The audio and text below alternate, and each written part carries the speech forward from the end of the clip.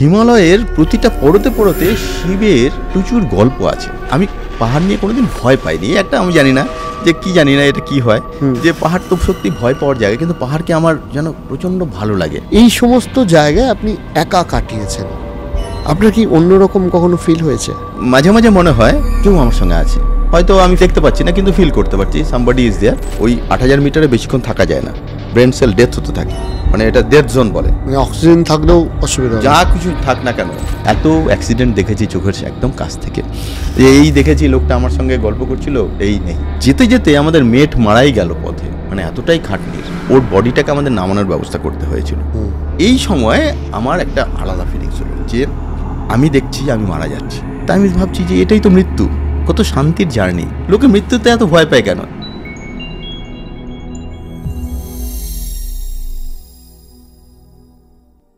নমস্কার। দেখুন, আজকে যিনি আমাদের অতিথি, তাকে পেয়ে আমরা শুধু নয়, আমরা গোটা বাঙালি সমাজ গর্বিত। কেন? তিনি প্রথম মানুষ যিনি বাঙালি সিভিলিয়ান হিসাবে এভারেস্টের শিখরে পা দিয়েছিলেন। তিনি প্রথম ভারতীয় যিনি সিভিলিয়ান হিসাবে কাঞ্চনজঙ্ঘার চূড়ায় পা দিয়েছিলেন। তিনি অর্জুন পুরস্কারও পেয়েছেন এবং তাকে মাদার টেরিজা ইউনিভার্সিটি সাম্মানিক ডক্টরেট উপাধিও দিয়েছে। তিনি এই বাঙালির গর্ব, মাননীয় দেবাশিস বিশ্বাস। খুব সিম্পল, খুব সাদামাটা একজন মানুষ, দেখলে মনেই হবে না যে জীবনে এত কিছু অ্যাচিভ করেছেন। একদম স্কুটি টুটি নিয়ে গোটা কলকাতায় আরামসে ঘুরে বেড়ান, হয়তো আপনার পাশে দাঁড়িয়ে গল্প করবেন, আপনি ভাবতেও পারবেন না এই মানুষটার এতটা কীর্তি আছে। তো চলুন না সেই মানুষটার সাথে একটু আড্ডা দেওয়া যাক, তাও আবার আমরা একসাথে।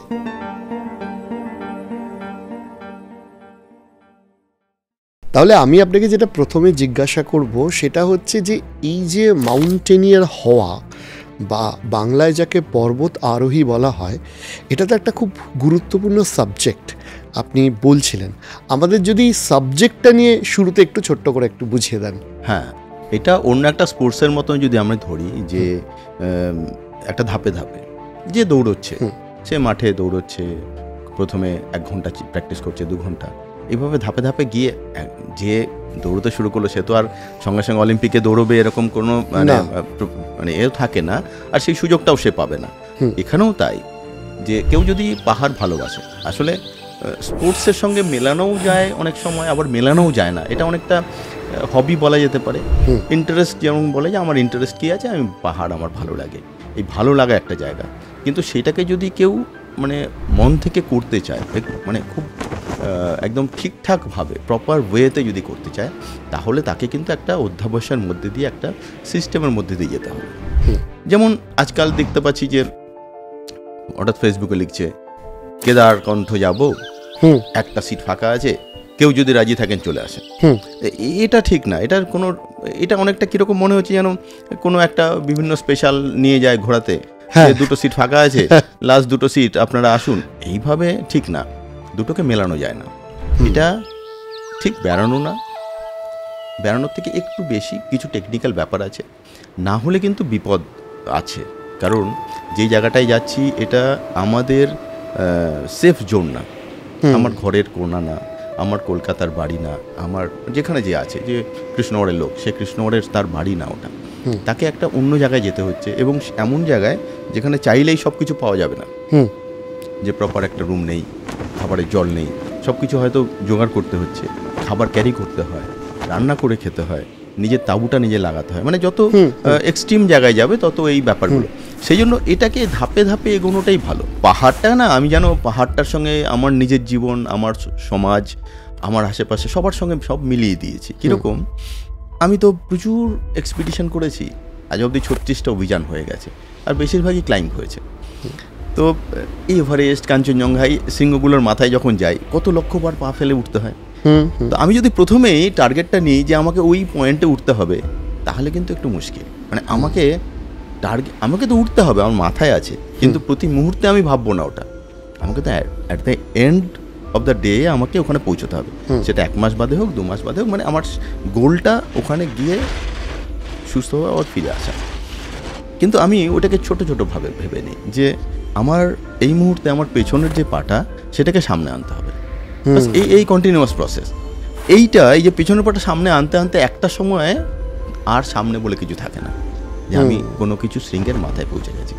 এইটাকে না আমি আমার সমাজের, আমার জীবনেও ভাবি যে আমি সারাদিন প্রচুর কাজ আছে, প্রচুর কাজ করতে গিয়ে আমি যদি ক্লান্ত হয়ে যাই, আমি সারাদিনের কাজটা একসঙ্গে না ভেবে আমি যদি ছোট ছোট কাজটা ভাবি যে আমার এই মুহূর্তে এই কাজটা এই পেছনের পাটার সামনে আনতে হবে। যে স্টুডেন্ট তাদেরও আমি বলি যে দেখো তোমরা যে 5টা 6টা সাবজেক্ট আছে, 8টা সাবজেক্ট আছে, যখন যে মাধ্যমিকে পরীক্ষা দিচ্ছে যে তার হয়তো 8টা সাবজেক্ট আছে কি 10টা সাবজেক্ট আছে, কোনো সাবজেক্ট ভালো সেটা তার সামনের পা, কোনো সাবজেক্ট উইক সেটা তার পেছনের পা। তো ওই পেছনের পাটাকে সামনে আনলে অ্যাজ এ হোল রেজাল্টটা তার এভারেস্ট, তার রেজাল্ট মানে আমি এভারেস্টটা না জীবনে আমার কাছে মাপকাঠি একটা। এভারেস্ট মানে কোনো মাউন্ট এভারেস্ট যার 8,848 মিটার হাইট, 29,028, এখন 29,000 আর একটু বেড়েছে নতুন ক্যালকুলেশন, সেই হাইটটা না।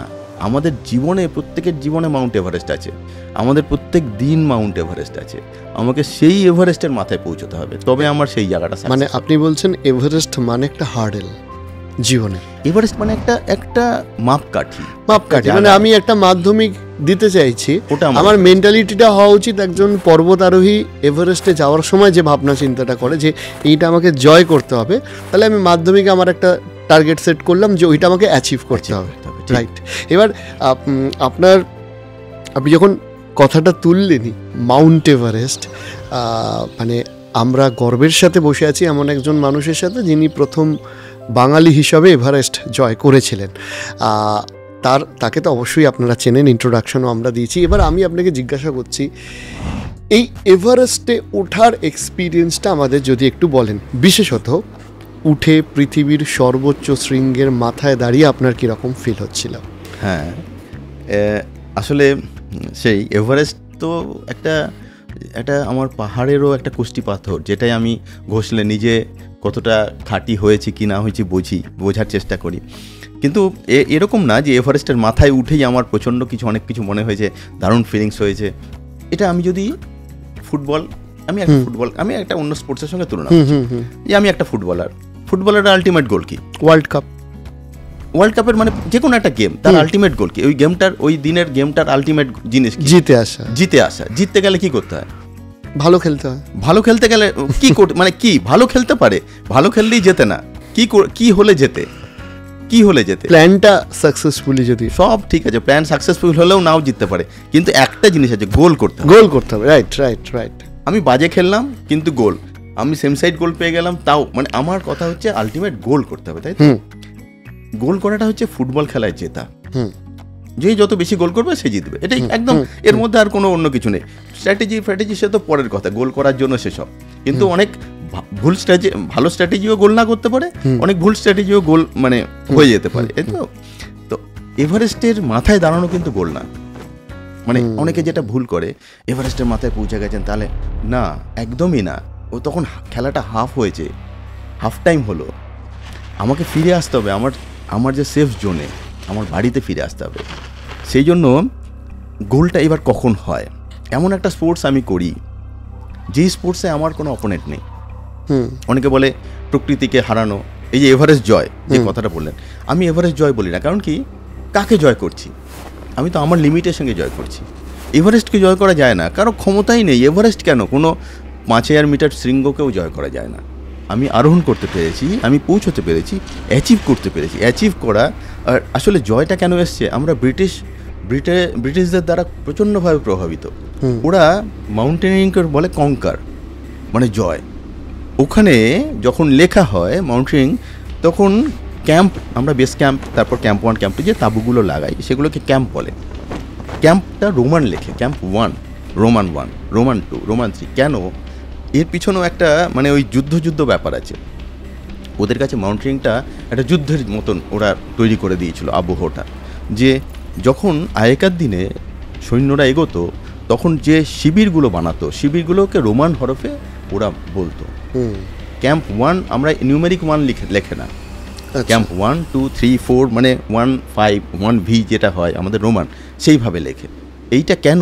মাথার মধ্যে আছে যুদ্ধ, যার জন্য যখন এভারেস্টের মাথায় পৌঁছচ্ছে বলছে কঙ্কার, মাউন্ট এভারেস্ট। কঙ্কার করা যায় না, এভারেস্টকে কঙ্কার করা কারো ক্ষমতাই নেই।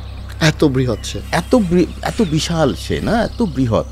কঙ্কার কি করছি, আমার যে ক্ষুদ্রতা, আমার যে লিমিটেশন, সেইটাকে কঙ্কার করছি। চূড়াতে কতক্ষণ মোটামুটি থাকা যায় বা পর্বতারোহীরা থাকে পরিষ্কার ওয়েদার হলে? যেমন আপনার ভিডিওতে আমি দেখছিলাম দূরে কাঞ্চনজঙ্ঘা, মানে দারুণ একটা ওয়েদার ছিল ওই সময়।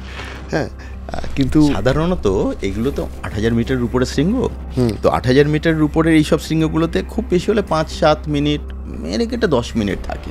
আচ্ছা, কিন্তু আমি 1.5 ঘন্টা ছিলাম। 1.5 ঘন্টা? 1.5 ঘন্টা ছিলাম কেন? আমি খুব মানে আমার মধ্যে একটা নিজেকেই নিজের একটা দায়বদ্ধতার মধ্যে বেঁধে রেখেছি, যে যেই চোখ দিয়ে আমি দেখেছি, এই যে বললেন যে দূরে কাঞ্চনজঙ্ঘা, মাকালু, দক্ষিণে লোৎসে, দক্ষিণ পূর্বে মাকালু, মানে এই যে ভয়ঙ্কর সব বড় বড় এক একটা দৈত্যাকার, তারা নিচে, সবাই নিচে, আমি তো একদম পৃথিবীর চূড়ায় দাঁড়িয়ে আছি। শুধু তাই না, হাজার হাজার শৃঙ্গ, মানে আমাদাবলাম, লোবুচে, মানে চারপাশে তিব্বতের দিকে টিবেটিয়ান প্ল্যাটু, আরও অসংখ্য শৃঙ্গ, পাশে ছাংসে বলে একটা শৃঙ্গ, এদিকে পুমুর, মানে চারদিকে শৃঙ্গ। সেইটা মানে বিভোর হয়তো দেখছিলাম, একটু তখন একটু চোখে সমস্যা হচ্ছিল, একটু ঝাপসা, কিন্তু দেখছিলাম, মানে মানে ওখানে বরফে সারা রাত ধরে হেঁটেছি, রিফ্লেকশনের চোখে একটু ঝাপসা দেখছিলাম, একটু ঘষা কাচের মধ্যে দিয়ে দেখছি যেমন জানো, কিন্তু এটা তো বুঝতে পেরেছি আমি পৃথিবীর সব থেকে উঁচু জায়গাটায় আছি। আর একটা জিনিস আমার মাথায় কাজ করে, আমার খুব মাথা ঠান্ডা থাকে। জেনারেলি কি হয়, যেহেতু অক্সিজেন খুব কম ওখানে, এখান থেকে অক্সিজেন প্রেশার 1/3, তো ন্যাচারালি অক্সিজেনের ডেন্সিটিও কম, তো ব্রেনেও অক্সিজেন কম যায়, সেই জন্য আমাদের চিন্তা ভাবনাগুলো না অত সংহতভাবে মানে একদম করতে পারি না। কিন্তু আমি দেখি যে আমার এটা উপরওয়ালার বরদান, যেন যে আমি যত উপরে যাই আমার মধ্যে ওই চিন্তা ভাবনার কোনো গন্ডগোল হয় না। তো আমার মাথায় এটা কাজ করে যে আমি প্রচুর ছবি তুলে নিয়ে যাব, যার জন্য আমি এভারেস্ট শুধু না, কাঞ্চনজঙ্ঘার মাথায় আমি 1.5 ঘন্টা ছিলাম, যে প্রচুর ছবি তুলেছি। আর সেই ছবি, কারণ কি, যেই চোখে আমি দেখছি সেই চোখে যেন দর্শককে দেখাতে পারি, আমরাও দেখেছি যে হ্যাঁ। তো এই গেল এভারেস্টের কথা।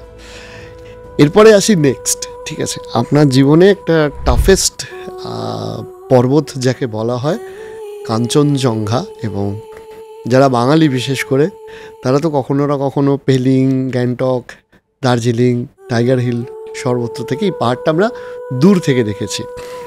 কাঞ্চনজঙ্ঘার আপনার এক্সপিরিয়েন্সটা কেমন ছিল, এবং এটা এভারেস্টের থেকে কতটা বেশি শক্ত এবং ভয়ঙ্কর, তো ওইটা যদি একটু বলেন।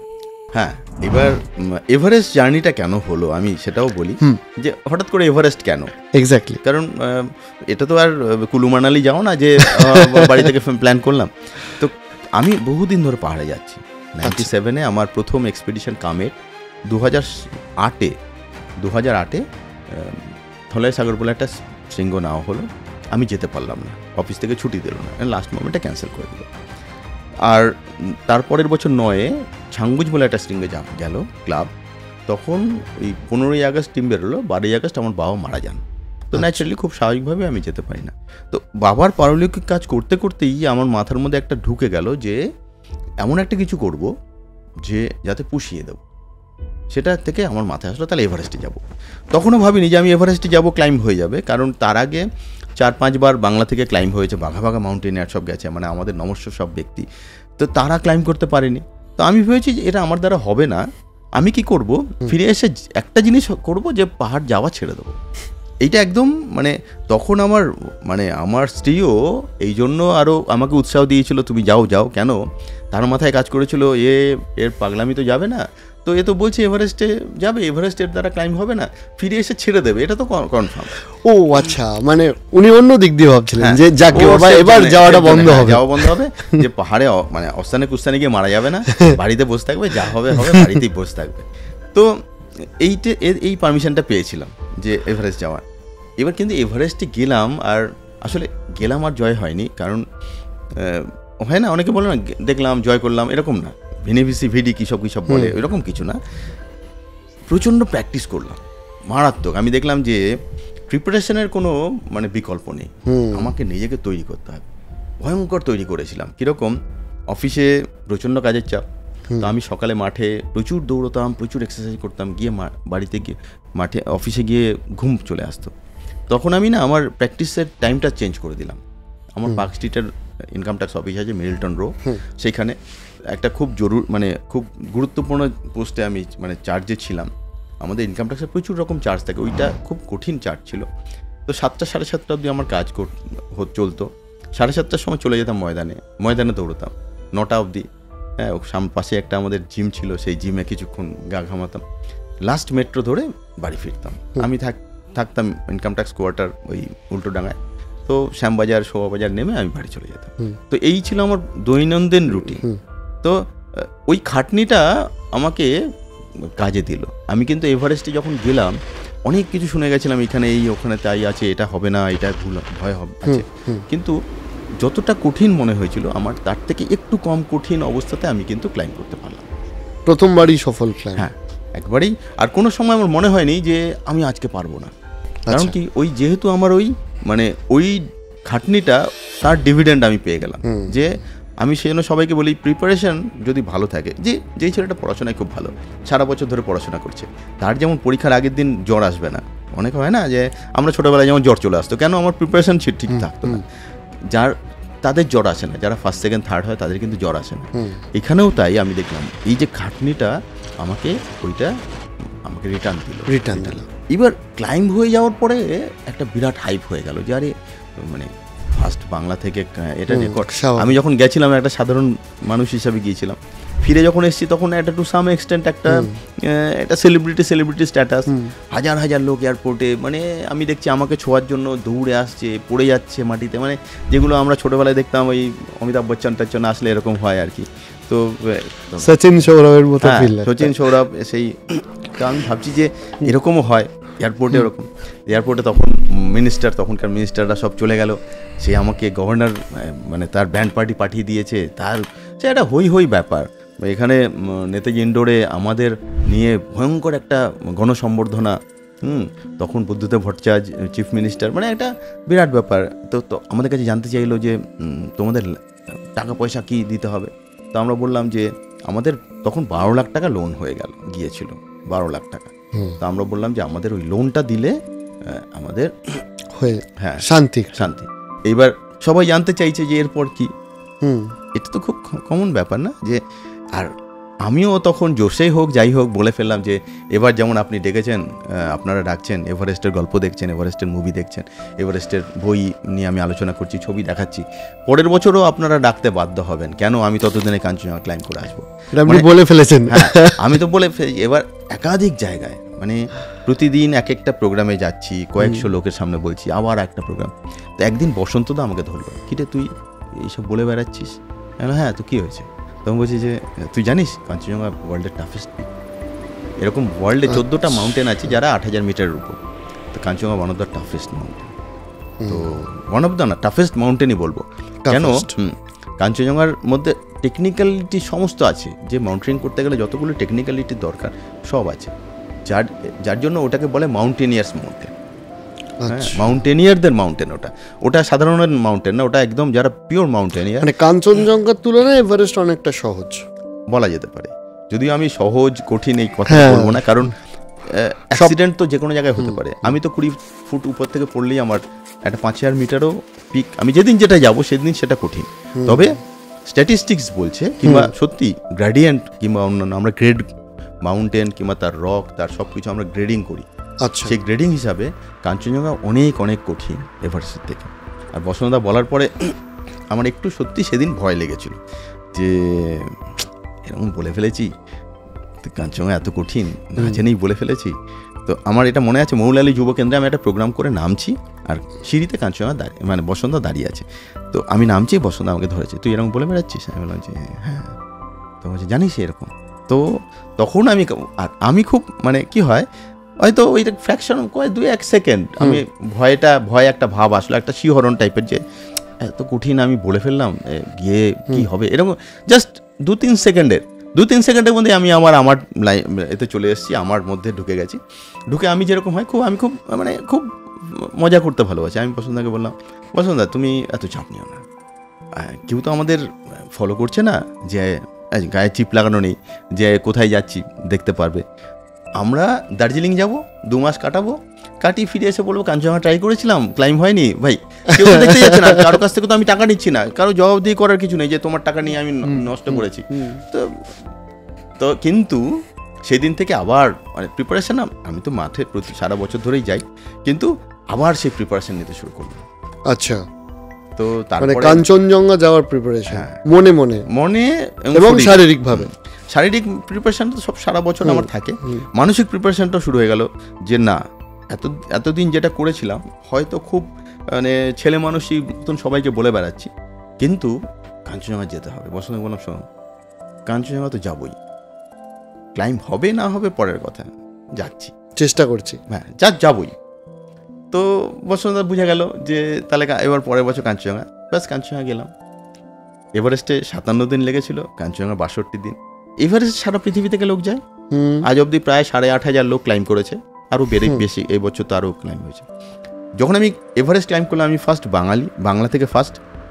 তার আগে আর্মি এয়ারফোর্সের আছে, সিভিলিয়ান আর কেউ ছিল না।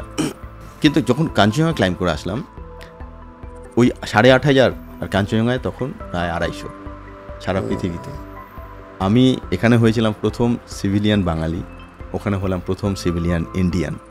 এইবার আমি আপনাকে জিজ্ঞাসা করব কাঞ্চনজঙ্ঘা ওঠার এক্সপিরিয়েন্সটা। হ্যাঁ, এভারেস্ট তো ছিল পৃথিবীর সর্বোচ্চ শৃঙ্গ, কাঞ্চনজঙ্ঘা যেন একটা অন্য, মানে কাঞ্চনজঙ্ঘা নামটা শুনতে কাঞ্চনজঙ্ঘা লাগতে পারে, কিন্তু এটা একটা টিবেটিয়ান শব্দ, কাঞ্চন দ্যাংসা, তার মানে 5 ট্রেজার অফ স্নো, 5টা ভগবান। ওখানকার লেপচা কমিউনিটি বিশ্বাস করে কাঞ্চনজঙ্ঘার বরফ থেকে লেপচা কমিউনিটির আদি পুরুষ আদি নারী সৃষ্টি হয়েছে, যার জন্য কাঞ্চনজঙ্ঘা পারমিশন দেয় না। এভারেস্ট আমাদের এই দিক থেকে, হ্যাঁ, এখান থেকে পারমিশন দেয় না। কাঞ্চনজঙ্ঘা সমস্ত দেব শৃঙ্গই কিন্তু এলাকার দেবদেবী, সমস্ত শৃঙ্গ, এই কামেট থেকে চৌখাম্বা সবই, কিন্তু কিছু কিছুর উপরে সেন্টিমিটার অনেক বেশি আছে বলে সেগুলো পারমিশন দেয় না। তো কাঞ্চনজঙ্ঘা পারমিশন দেয় না। এভারেস্টেও আমি বলেছি Chomolungma mother goddess of the earth, সেও এক ভগবান, দেবী ওখানকার। তো কাঞ্চনজঙ্ঘা আমরা গিয়েছিলাম নেপাল দিয়ে ক্লাইম্ব করেছিলাম, 62 দিন লেগেছিল এইখান থেকে যাওয়ার। আর এভারেস্টে 57 দিন লেগেছে ঠিকই, কিন্তু আমরা এখান থেকে কাঠমান্ডু গেছি, কাঠমান্ডুতে 4-5 দিন আমাদের বিভিন্ন পেপার ওয়ার্ক করতে হয়েছে, তারপর সেখান থেকে লুকলা গেছি, লুকলা থেকে ট্রেকিং শুরু হয়েছে, মানে অনেক এইদিকে সময় গেছে। আবার ফেরার সময় ঠিক তেমনি লুকলা থেকে কাঠমান্ডু এসেছি, কাঠমান্ডুতে 2-3 দিন কাটিয়েছি, সব মিলে 57 দিন। কাঞ্চনজঙ্ঘা কিন্তু ক্লাইম্বিং পিরিয়ডটাই পুরো 62 দিন। কীরকম, এখান থেকে রাতের ট্রেন ধরলাম শিলিগুড়ি, পরের দিন শিলিগুড়ি থেকে ওই বেরিয়ে গেলাম গাড়ি নিয়ে, মেডিবুং বলে একটা জায়গায় পৌঁছে গেলাম গাড়িতে, তারপরের দিন থেকেই ট্রেকিং স্টার্ট। আচ্ছা, ওই মেডিবুংটা কি নেপালে? নেপালে। আচ্ছা, ওটা ওই মিরিকের ওখান দিয়ে যে নেপালটা, ওই দিক দিয়ে পশুপতি দিয়েও ঢোকা যায়। আচ্ছা, মেডিকের ওখান থেকে আমরা গিয়েছিলাম পানি ট্যাঙ্কি হয়ে কাকরভিটা হয়ে যে রাস্তা গেল, ওই হাইওয়েটা সোজা কাঠমান্ডু যাচ্ছে, ওই পথেই গিয়ে ইলাম, ফিদিং এরকম জায়গাগুলো আছে, সেখানে মেডিবুং। মানে কেন বলছি, কাঞ্চনজঙ্ঘাতে আমাদের কিন্তু সেই সময়টা আমাদের যায়নি, পেপার ওয়ার্ক আগেই হয়ে গেছে, আমরা ডাইরেক্ট এখান থেকে কাঠমান্ডু যাইনি, আমরা এখান থেকে সোজা গিয়ে একদম হাঁটা শুরু করেছি। মানে এমন কোনো দিন হয়নি যে এখান থেকে রওনা দিলাম একদিন বাদেই আমাদের ট্রেকিং শুরু হয়েছে, আমার কোনো তার আগে কোনো দিন কোনো অভিযানে এরকম হয়নি। তারপর তো কাঞ্চনজঙ্ঘা মানে একটা বিশাল রেঞ্জ, কাঞ্চনজঙ্ঘা একটা শৃঙ্গ না, ওই যে বললাম 5 ট্রেজার অফ স্নো, 5টা শৃঙ্গ ওখানে কাঞ্চনজঙ্ঘার নামের সঙ্গেই জড়িয়ে আছে। আর তার মধ্যে 4টে শৃঙ্গ 8,450 মিটারের বেশি, ভয়ঙ্কর একটা ব্যাপার। যে কাঞ্চনজঙ্ঘার ওখানে কি আছে, কাংবাচেন যেটা 7,900 মিটারের কাছাকাছি, আর বাকিগুলো Yalungkang, Kangchenjunga main, Kangchenjunga central, Kangchenjunga south, এরা সবই 8,400 মিটারের উপর, সব মিলে একটা বিরাট ওয়ালের মতন, একটা সোনালি রঙের ওয়াল কাঞ্চনজঙ্ঘা। তো এবার আমরা এই কাঞ্চনজঙ্ঘার বেসে পৌঁছতে গিয়েই আমাদের বহু সময় লেগে গেল। আমরা এক পরপর রেঞ্জ টপকে টপকে কাঞ্চনজঙ্ঘা বেসের কাছে যাওয়া, একদিন 5,000 ফিট উঠে যাচ্ছি, তো আবার 5,000 ফিট নামছি, নেমে ওই সারাদিনে ওঠানামা করেছি 10,000 ফিট, কিন্তু কি হলো, যেখান থেকে শুরু করেছি গিয়ে মানে সেই রকম হাইটেই গিয়ে পড়ে থাকলাম একটা রেঞ্জ টপকে।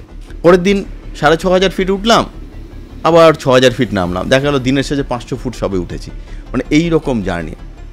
এবং আমরা যেতে যেতে আমাদের তো প্রচুর লাগেজ থাকে, আমরা সব লাগেজ ওই একজনকে বুঝিয়ে দিই যে, কারণ কি এত লাগেজ আমরা তো সব মনে রাখতে পারবো না কত লাগেজ কার কাছে আছে, আমরা সব লাগেজ মেটকে বুঝিয়ে দিই, একজন মানে ও যারা মাল বয় তার যে হেড তাকে আমরা মেট বলি, যে বেস ক্যাম্পে পৌঁছে তোমার কাছ থেকে মাল বুঝে নেবো, তুমি তোমার লোককে দিয়ে মালটা পৌঁছে দেবে।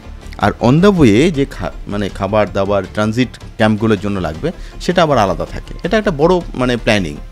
তো মানে এই যেতে যেতে আমাদের মেট মারাই গেল পথে, মানে এতটাই খাটনির, ও খাটনি এক্সর্শন কিংবা কী কারণে মারা গেছে, কিন্তু তার পিছনে খাটনিটাও একটা মানে কারণ। মানে পথেই নামছে এটা ওই আমার ট্রেকিং শুরু করার মানে 4-5 দিন বাদে মারা গেছে। তারপরে আপনাদের কি সব বইতে হয়েছে?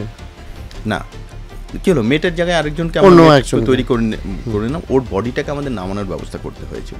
সেটা একটা মানে প্রবলেম ছিল, কিন্তু সেটা মিটে গেছিলো, কোনো সমস্যা মানে হয়নি। আমরা খুব সুস্থভাবেই আমরা তার মৃতদেহকে নামাতে পেরেছিলাম।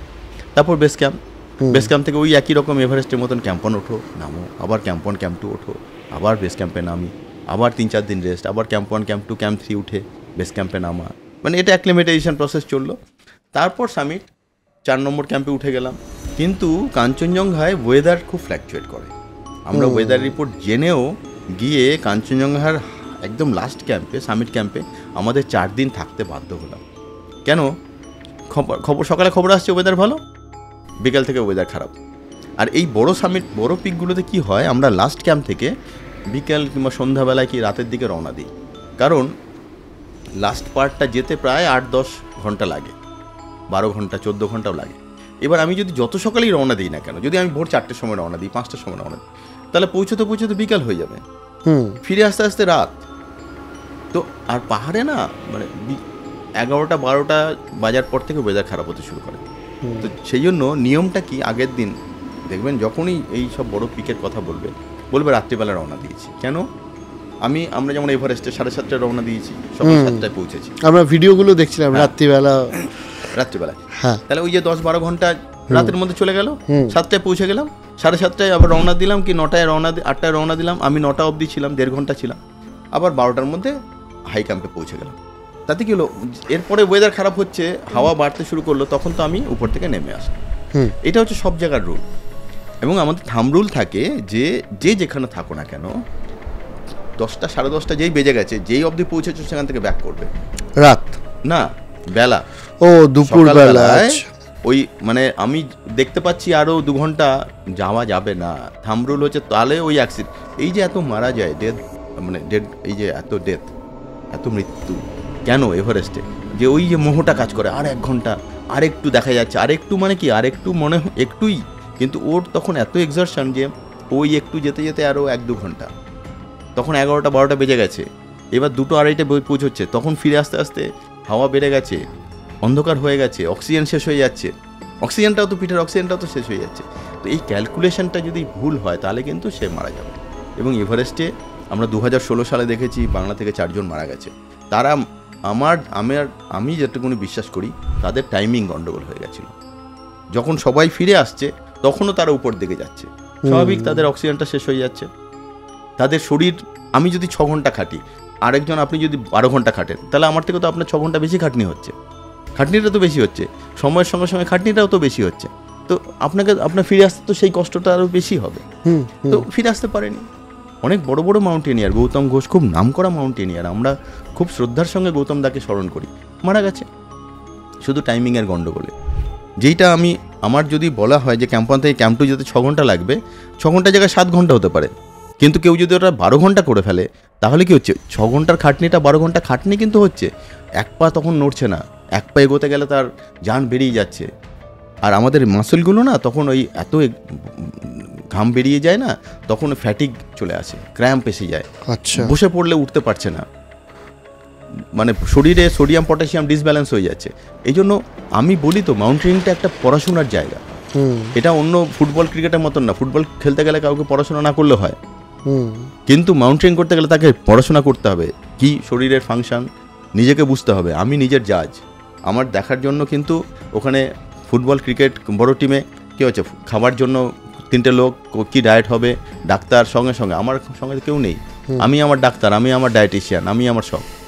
তো এইগুলো খেয়াল রাখতে হবে। যাই হোক, আমি আবার কাঞ্চনজঙ্ঘা চলে যাই। এগুলো হচ্ছে জেনারেল, মানে আমি কথা বলতে বলতে আসলেই ওই জিনিসগুলো চলে আসে। কেন? আমার রাগে আসে, ক্ষোভে আসে, বা আপনার জিনিসটা এতটা, আমি বলছি আপনি একাত্ম হয়ে গেছেন একাত্ম হতে হবে। কারণ কি, পড়াশোনা না করে এই যে পাহাড়ে চলে যাচ্ছে।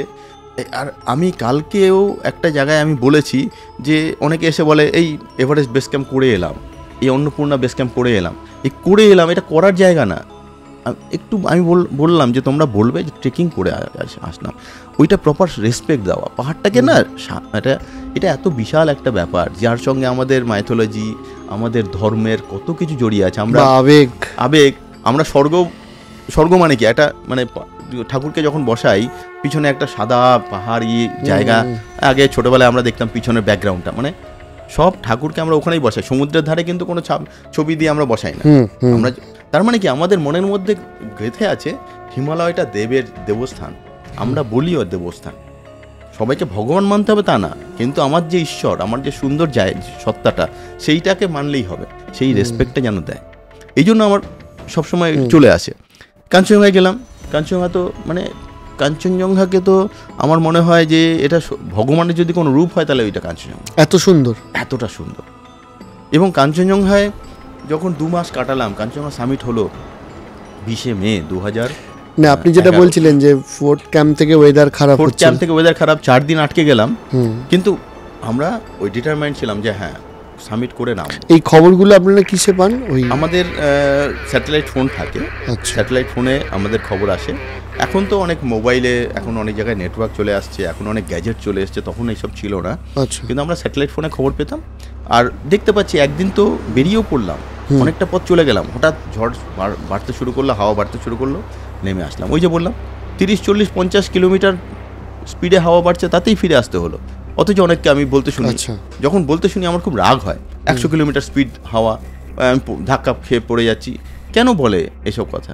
হয় সে জানে না, যদি না জানে তার জেনে নেওয়া উচিত। আমি মানে ভুল কেন বলবো? কারণ কি, আমি যদি আজকে এভারেস্ট ক্লাইম্ব করে এসে যেটা আমি বলবো, যে আমার কথা শুনছে সে তো যায়নি, তার কাছে এভারেস্টের নিয়ে ওটা বেদবাক্য হয়ে যাচ্ছে। তো আমি যখন বেদবাক্য বলার জায়গায় আছি, আমার নিজেকে দৈনন্দিন আরও বেটার জায়গায় নিয়ে যাওয়া উচিত, যাতে সত্যিই আমার বাক্যগুলো বেদ বাক্য হয়। তার জন্য আমাকে পড়াশোনা করতে হবে। সুতরাং যা খুশি বলে দিলে হবে না। যে আমি দেখেছি অনেককে ক্যামেরার সামনে এসে বলে যাচ্ছে 100 কিলোমিটার স্পিডে হাওয়া, এটা হতেই পারে না। কোনো দিন সারা পৃথিবীর কেউ স্বীকার করবে না যে 100 কিলোমিটার হাওয়ার মধ্যে কেউ একটা শৃঙ্গের মাথায় চড়ছে। এভারেস্ট দূরের কথা, এখানে কোনো 6000 মিটার পিকের কেউ চড়তে যাবে না, যেতে পারবে না, সে মারা যাবে, সে বেঁচে ফিরে আসতে পারবে না। এটা হয় না। আপনারা যখন ওয়েদার খারাপ দেখলেন তখন একটু বেরিয়ে আবার আমরা বেরিয়ে গেছিলাম, অনেকটা উঠে গেছিলাম, বাধ্য হলাম নিচে নেমে আসতে। এসে আমি আমার বইতে লিখেছি যে আমরা এসে তাঁবুতে বসে ওগুলো খুলিনি, আমাদের যে ধরাচুরো পড়ি, উপরে হার্নেস, ক্র্যাম্পন, হ্যাঁ তা না, ক্র্যাম্পনটা খুলে ঢুকতে হয়, ক্র্যাম্পনটা কাটা থাকে, তাঁবু ছিঁড়ে যায়, ক্র্যাম্পন খুলে বুট টুট পরেই আমি শুয়ে আছি তাঁবুর মধ্যে। কেন? আমার শেরপা আবার বলবে যে দাদা ওয়েদার ঠিক হো গিয়া, হাওয়া কম হো গিয়া, আবি চলো। তো কিন্তু তারপরে অনেকক্ষণ বাদে 1-1.5 ঘন্টা ওয়েট করলাম, তখন আমার শেরপা বললো চিৎকার করে, হাওয়া হচ্ছে, হাওয়াতে এক তাঁবু থেকে আরেক তাঁবু কথা শোনা যায় না, তাঁবুর ফটফট ফটফট আওয়াজ হচ্ছে। তো চিৎকার করে বললো আবি সো যাও, আজ রাত যাও, যেতে হবে না। তো আমি ওই ডাংরি ফাংড়ি পরেই তার উপরে স্লিপিং ব্যাগটা চাপা দিয়ে শুয়ে পড়লাম। তো এটা কাঞ্চনজঙ্ঘায়। তারপরে এই উপরে আপনাদের একাই শুতে হয়, যে ওই গল্পটায় আসবো। আচ্ছা, আপনি বলুন তারপরে। হ্যাঁ, আমি নিজেও অ্যাকচুয়ালি এই ব্যাপারটার মধ্যে মানে আমার নিজেরই মনে হচ্ছে আমিও যেন আছি ওখানে। আমি ওই জন্য আমি সবসময় মানে আমি প্রচুর স্টুডেন্টদের কাছে যাই, আমি সবাইকে বলি যে আমি স্কুলে যেতে আমি খুব ভালোবাসি। স্কুলের বাচ্চারা এত ইনোসেন্ট হয়, আমাকে জিজ্ঞেস করছে কাকু পটি করো কিভাবে, কারণ ও হয়তো কোনোদিন ঠান্ডা জায়গায় গিয়ে 3 দিন ঠান্ডায় কাটিয়েছে, পটি না করে বাড়িতে চলে এসছে, বাড়িতে এসে পটি করেছে, কারণ ওর কাছে মনে হয়েছে যে ওইখানে আমি করতে পারবো না ঠিকঠাক। সেইখানে আমি যখন বলছি -20 ডিগ্রি, ওর কাছে স্বাভাবিক একটা প্রশ্ন এসছে। তো যার জন্য আমি বাচ্চাদের কাছে গিয়ে বলতে, স্কুলের বাচ্চা, কলেজের বাচ্চা, মানে ছেলে মেয়েদের কাছে বলতে আমার খুব ভালো লাগে। কদিন আগে আমি একটা আশুতোষ কলেজে একটা ক্লাসের মতন নিয়ে এসেছি, কত ভালো ভালো কোশ্চেন আসে, তাদের মধ্যে কোনো নেই। তো আমি তো বলি যে যা মনে আসে তাই বলো। তো ঠিক আছে, আপনার যা মনে আসে বলবেন। এবার আমি আটকে গেলাম 19 মে রাত্রিবেলাও বেরোয়নি।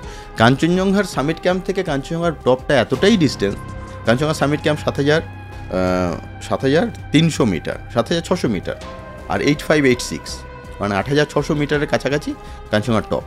তো এই যে 1300, 1200, 1250 মিটার গ্যাপ, তো এইটা মানে যেতে তো অনেক বেশি সময় লাগে। এভারেস্টেরটা ফারাক আছে, এভারেস্টের প্রায় 8,000 মিটার আর 8,800 মিটার, ওখানে 800 850 মিটার, এখানে 1200 1250 মিটার। তো এভারেস্টে আমরা 7:30টার সময় বেরিয়েছিলাম, কাঞ্চনজঙ্ঘায় বিকাল 4:30টায় বেরোলাম, সারা রাত ক্লাইম্ব, পরের দিন সকাল 7:30টায় পৌঁছলাম। ওই আবার এভারেস্টের মতন প্রায় 1.5 ঘন্টা ছিলাম, কারণ যখন আমি পৌঁছেছিলাম মেঘলা ছিল। তা আমার মাথায় ছিল যে যেই চোখে আমি দেখেছি সেই চোখে লোককে সবাইকে দেখাবো, এটা আমার দায়বদ্ধতা, আমার নিজের কাছে নিজের মানে ওই টার্গেট চাপিয়ে দেওয়া।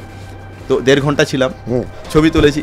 আমি তো রেগুলার দেখতাম কাঞ্চনজঙ্ঘায় যে দার্জিলিং থেকে কাঞ্চনজঙ্ঘা দেখি, পেলিং সিকিমের মানে বিভিন্ন জায়গা থেকে, নর্থ বেঙ্গলে কাঞ্চনজঙ্ঘা না থাকলে একটা লোক দার্জিলিং সিকিমে যেত না, আমি বুকে হাত দিয়ে বলতে পারি।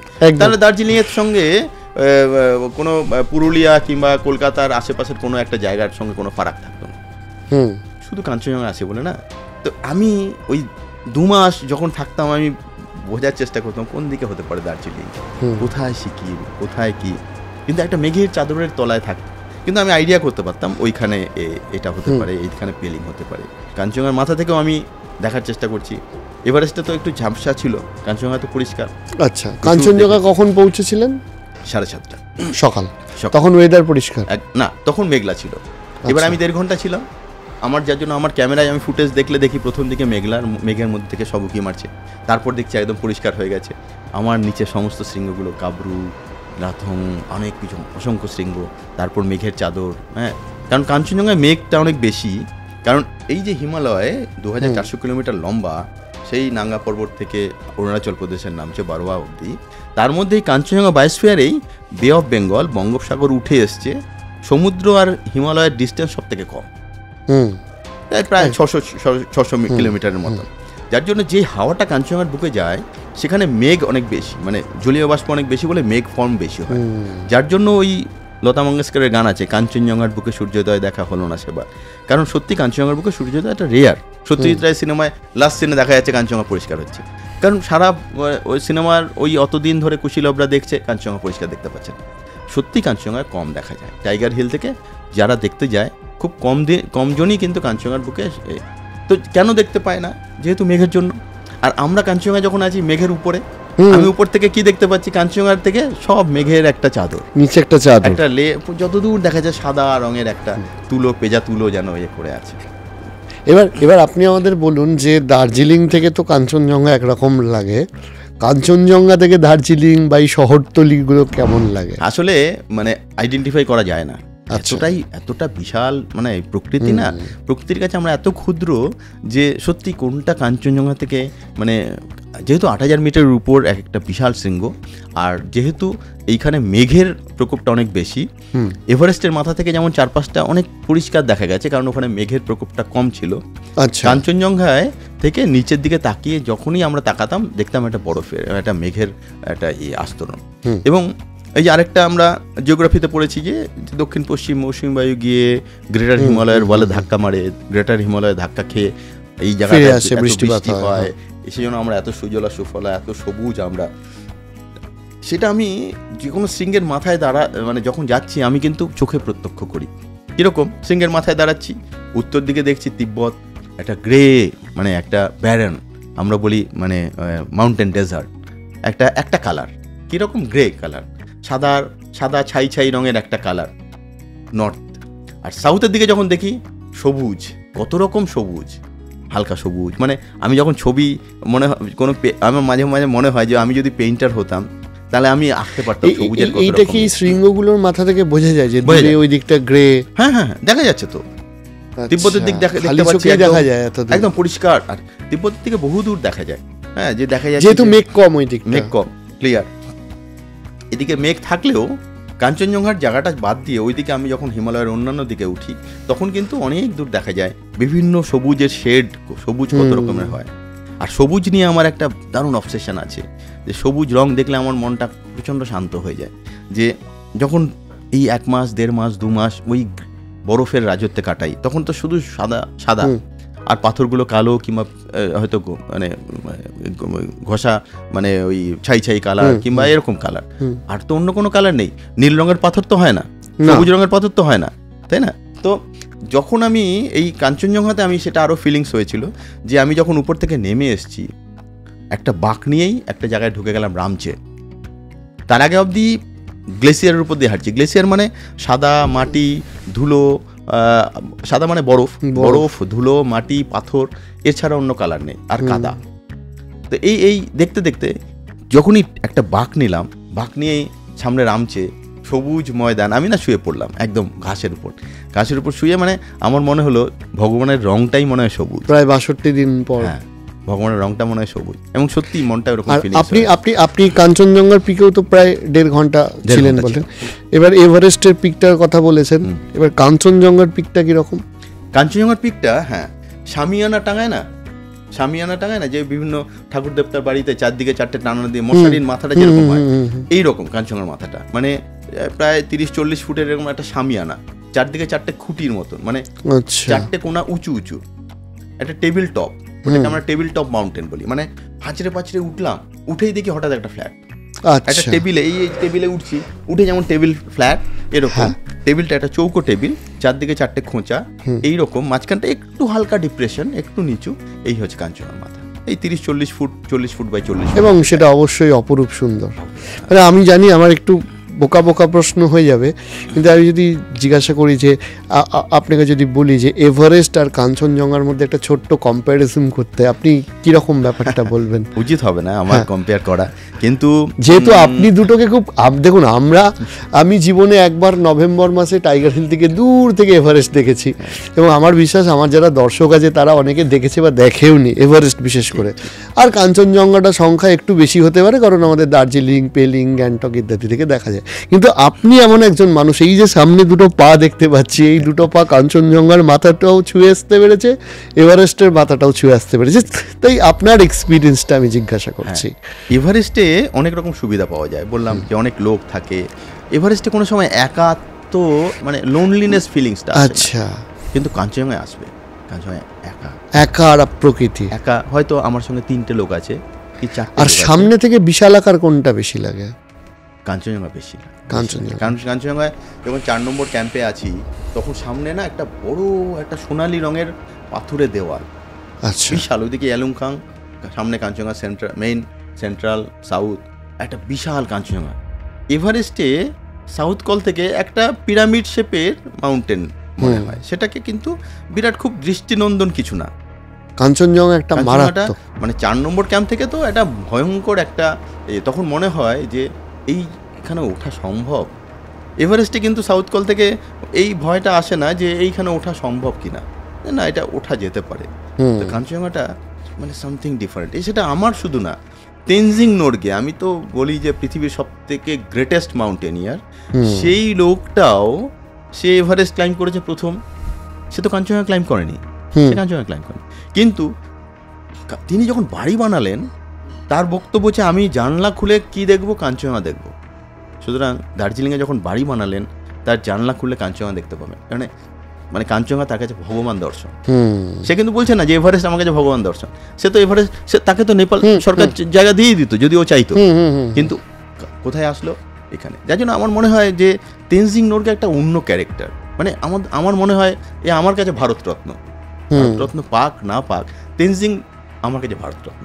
মানে একটা লোক একটা জাতিকে কোথা থেকে কোথায় তুলে নিয়েছে। কেউ শেরপা জাতি সম্বন্ধে তারা পোর্টার, কুলি, চাকর, এরকমই ভাবনা ছিল, সেইখান থেকে তারা রাজা, এই চাকর থেকে রাজা, কুলি থেকে রাজা বানানো, এবং রাতারাতি রাজা হয়ে গেল, এটা একমাত্র তেনজিং নোরগে মানে সেই জাদুতে। এবং তিনি ওই কাঞ্চনজঙ্ঘার ফিলটা নিতে চেয়েছিলেন। এবার একটা অন্য দিকে আসি, সেটা হচ্ছে যে আপনি যেহেতু বললেন যে একটা বিশেষ করে কাঞ্চনজঙ্ঘার ক্ষেত্রে বা আপনার বায়োডাটাতে দেখলে তো বহু পাহাড় রয়েছে, সেটা না, বহু পাহাড়ে আপনি একা থেকেছেন। 5000-6000 মিটারের ওপর গেলে আমরা স্বর্গের যে দৃশ্যগুলো দেখি, সেখানে ওই বিশেষ করে শিব ঠাকুর আগেকার দিনের সিনেমা বা সিরিয়ালে দেখানো হতো, যে উনি বসে রয়েছেন কৈলাসে, একদম পিছনে বরফ, সাদা চাদরে মোড়া, এই সমস্ত জায়গায় আপনি একা কাটিয়েছেন। আপনার কি অন্যরকম কখনো ফিল হয়েছে, মানে বিশেষ করে যেটা লৌকিক নয়? হ্যাঁ, ফিলিংস তো হয়েছে, এটা আমি অস্বীকার করব না, কিন্তু আমি নিচে এসে বলতে গেলে অনেকে হয়তো ভাবতে পারে যে বানিয়ে বলছি, আমি একটা ইউনিভার্সিটিতে গিয়ে বলেছিলাম, তখন বলেছিল sir whether it is your hallucination or not, oxygen কম থাকে, ব্রেনে অক্সিজেন কম যায়, তো হ্যালুসিনেশন হতেই পারে। কিন্তু আমি তখন বলেছিলাম উত্তরে যে হ্যাঁ আমার হ্যালুসিনেশন আমি মেনে নিচ্ছি, কিন্তু ওই হ্যালুসিনেশন কোনো রকম ড্রাগ নিয়ে না। এখন অনেক হয় না ড্রাগ নিলাম ও নিজেকে শিব মনে করছি, তো আমার তো কিছু না নিয়ে আমি তো একটা ফিলিংসের মধ্যে থাকছি, তো সেই ফিলিংসটা এরকম আমার হয়েছে। ইনফ্যাক্ট আমরা তো ওই সময় আপনার ক্যাপচার করা বহু ফুটেজ দেখেছি, আমি নিজে ব্যক্তিগতভাবে ইউটিউবে দেখেছি, আমি নিজেও বলছিলাম যে পেলিংয়ে বসে বসে আপনার এভারেস্ট জয়ের যে ভিডিওসগুলো আছে সেগুলো দেখেছি। আই ডোন্ট ফিল কি আপনি বিশাল কিছু হ্যালুসিনেশনের মধ্যে ছিলেন, কারণ একজন হ্যালুসিনেট করলে বা ব্রেন প্রপারলি কাজ না করলে ওইভাবে ফুটেজ তুলতে পারে না, কারণ ওটা সতর্ক মাইন্ডেই তোলা, বোঝা যাচ্ছে। আপনি বলুন। হ্যাঁ একদমই সতর্ক মাইন্ড। আর এটাও আমি দেখেছি যে যখন উপরে উঠলে সবার ব্রেন কাজ করে না, আমার যেন বেশি কাজ করতে শুরু করে। তো মাঝে মাঝে মনে হয়েছে যে কেউ আমার সঙ্গে আছে, তো আমার খুব ভালো লাগছে। কীরকম? মানে মনে হলো আমার পাশে কেউ আছে, হয়তো আমি দেখতে পাচ্ছি না কিন্তু ফিল করতে পারছি সামবডি ইজ দেয়ার। টেন্টে না, টেন্টের মধ্যেই আছে, টেন্টের বাইরেও আমি বুঝতে পারছি যে আমি তখন মনে হচ্ছে আমি তো একা নেই। তারপর আমি ভাবছি যে এটা আমার হ্যালুসিনেশন যদি হয় ঠিক আছে থাকতে দাও, মানে আমি জাস্ট এনজয় করছি এই সিচুয়েশানটা, এই ফিলিংসটা আমি এনজয় করছি।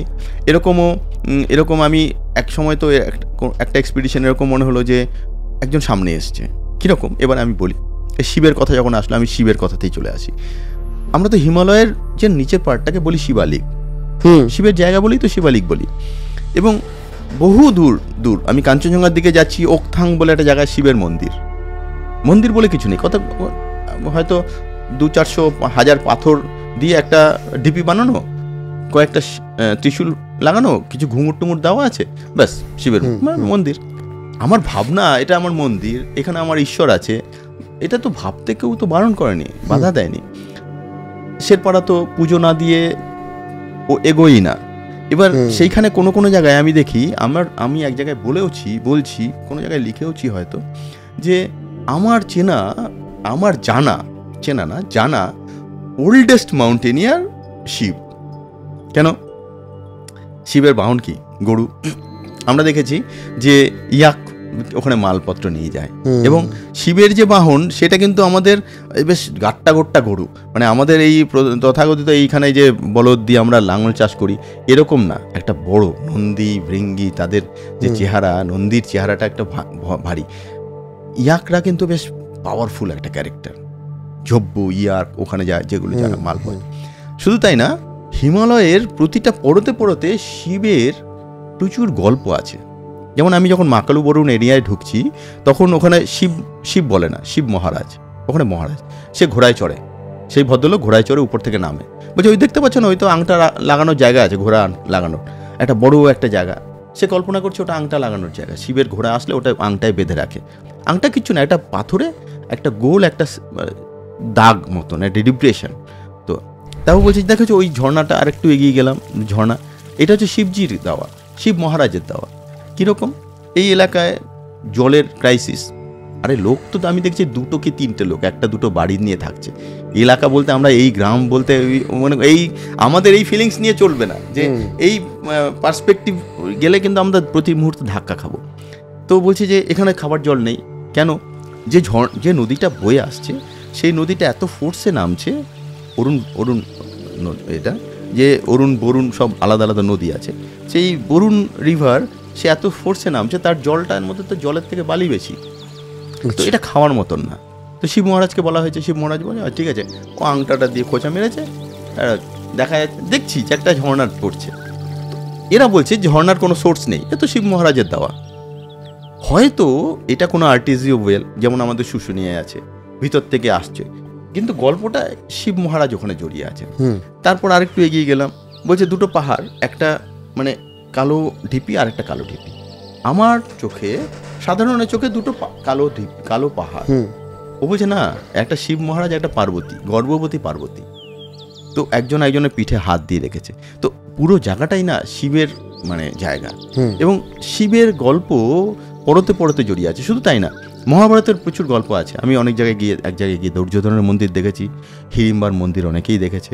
মানে অনেকেই যে দুর্যোধন এই যে কুরুক্ষেত্রের যুদ্ধে হারার পরে যে হ্রদের তলায় লুকিয়ে ছিল, বলা হয় ওখানে সব দুর্যোধনরা গিয়ে ওই সেই সাঁকড়ি ওইদিকে গিয়ে দুর্যোধনের মানে ওদের ডিসেন্ডেন্ট এখনও আছে, তারা দুর্যোধনের পুজো করে। আমি দেখেছি কাঠের মন্দির, সেখানে দুর্যোধনকে পুজো করা হয়। তো এই সব জায়গায় মিথ জড়িয়ে আছে।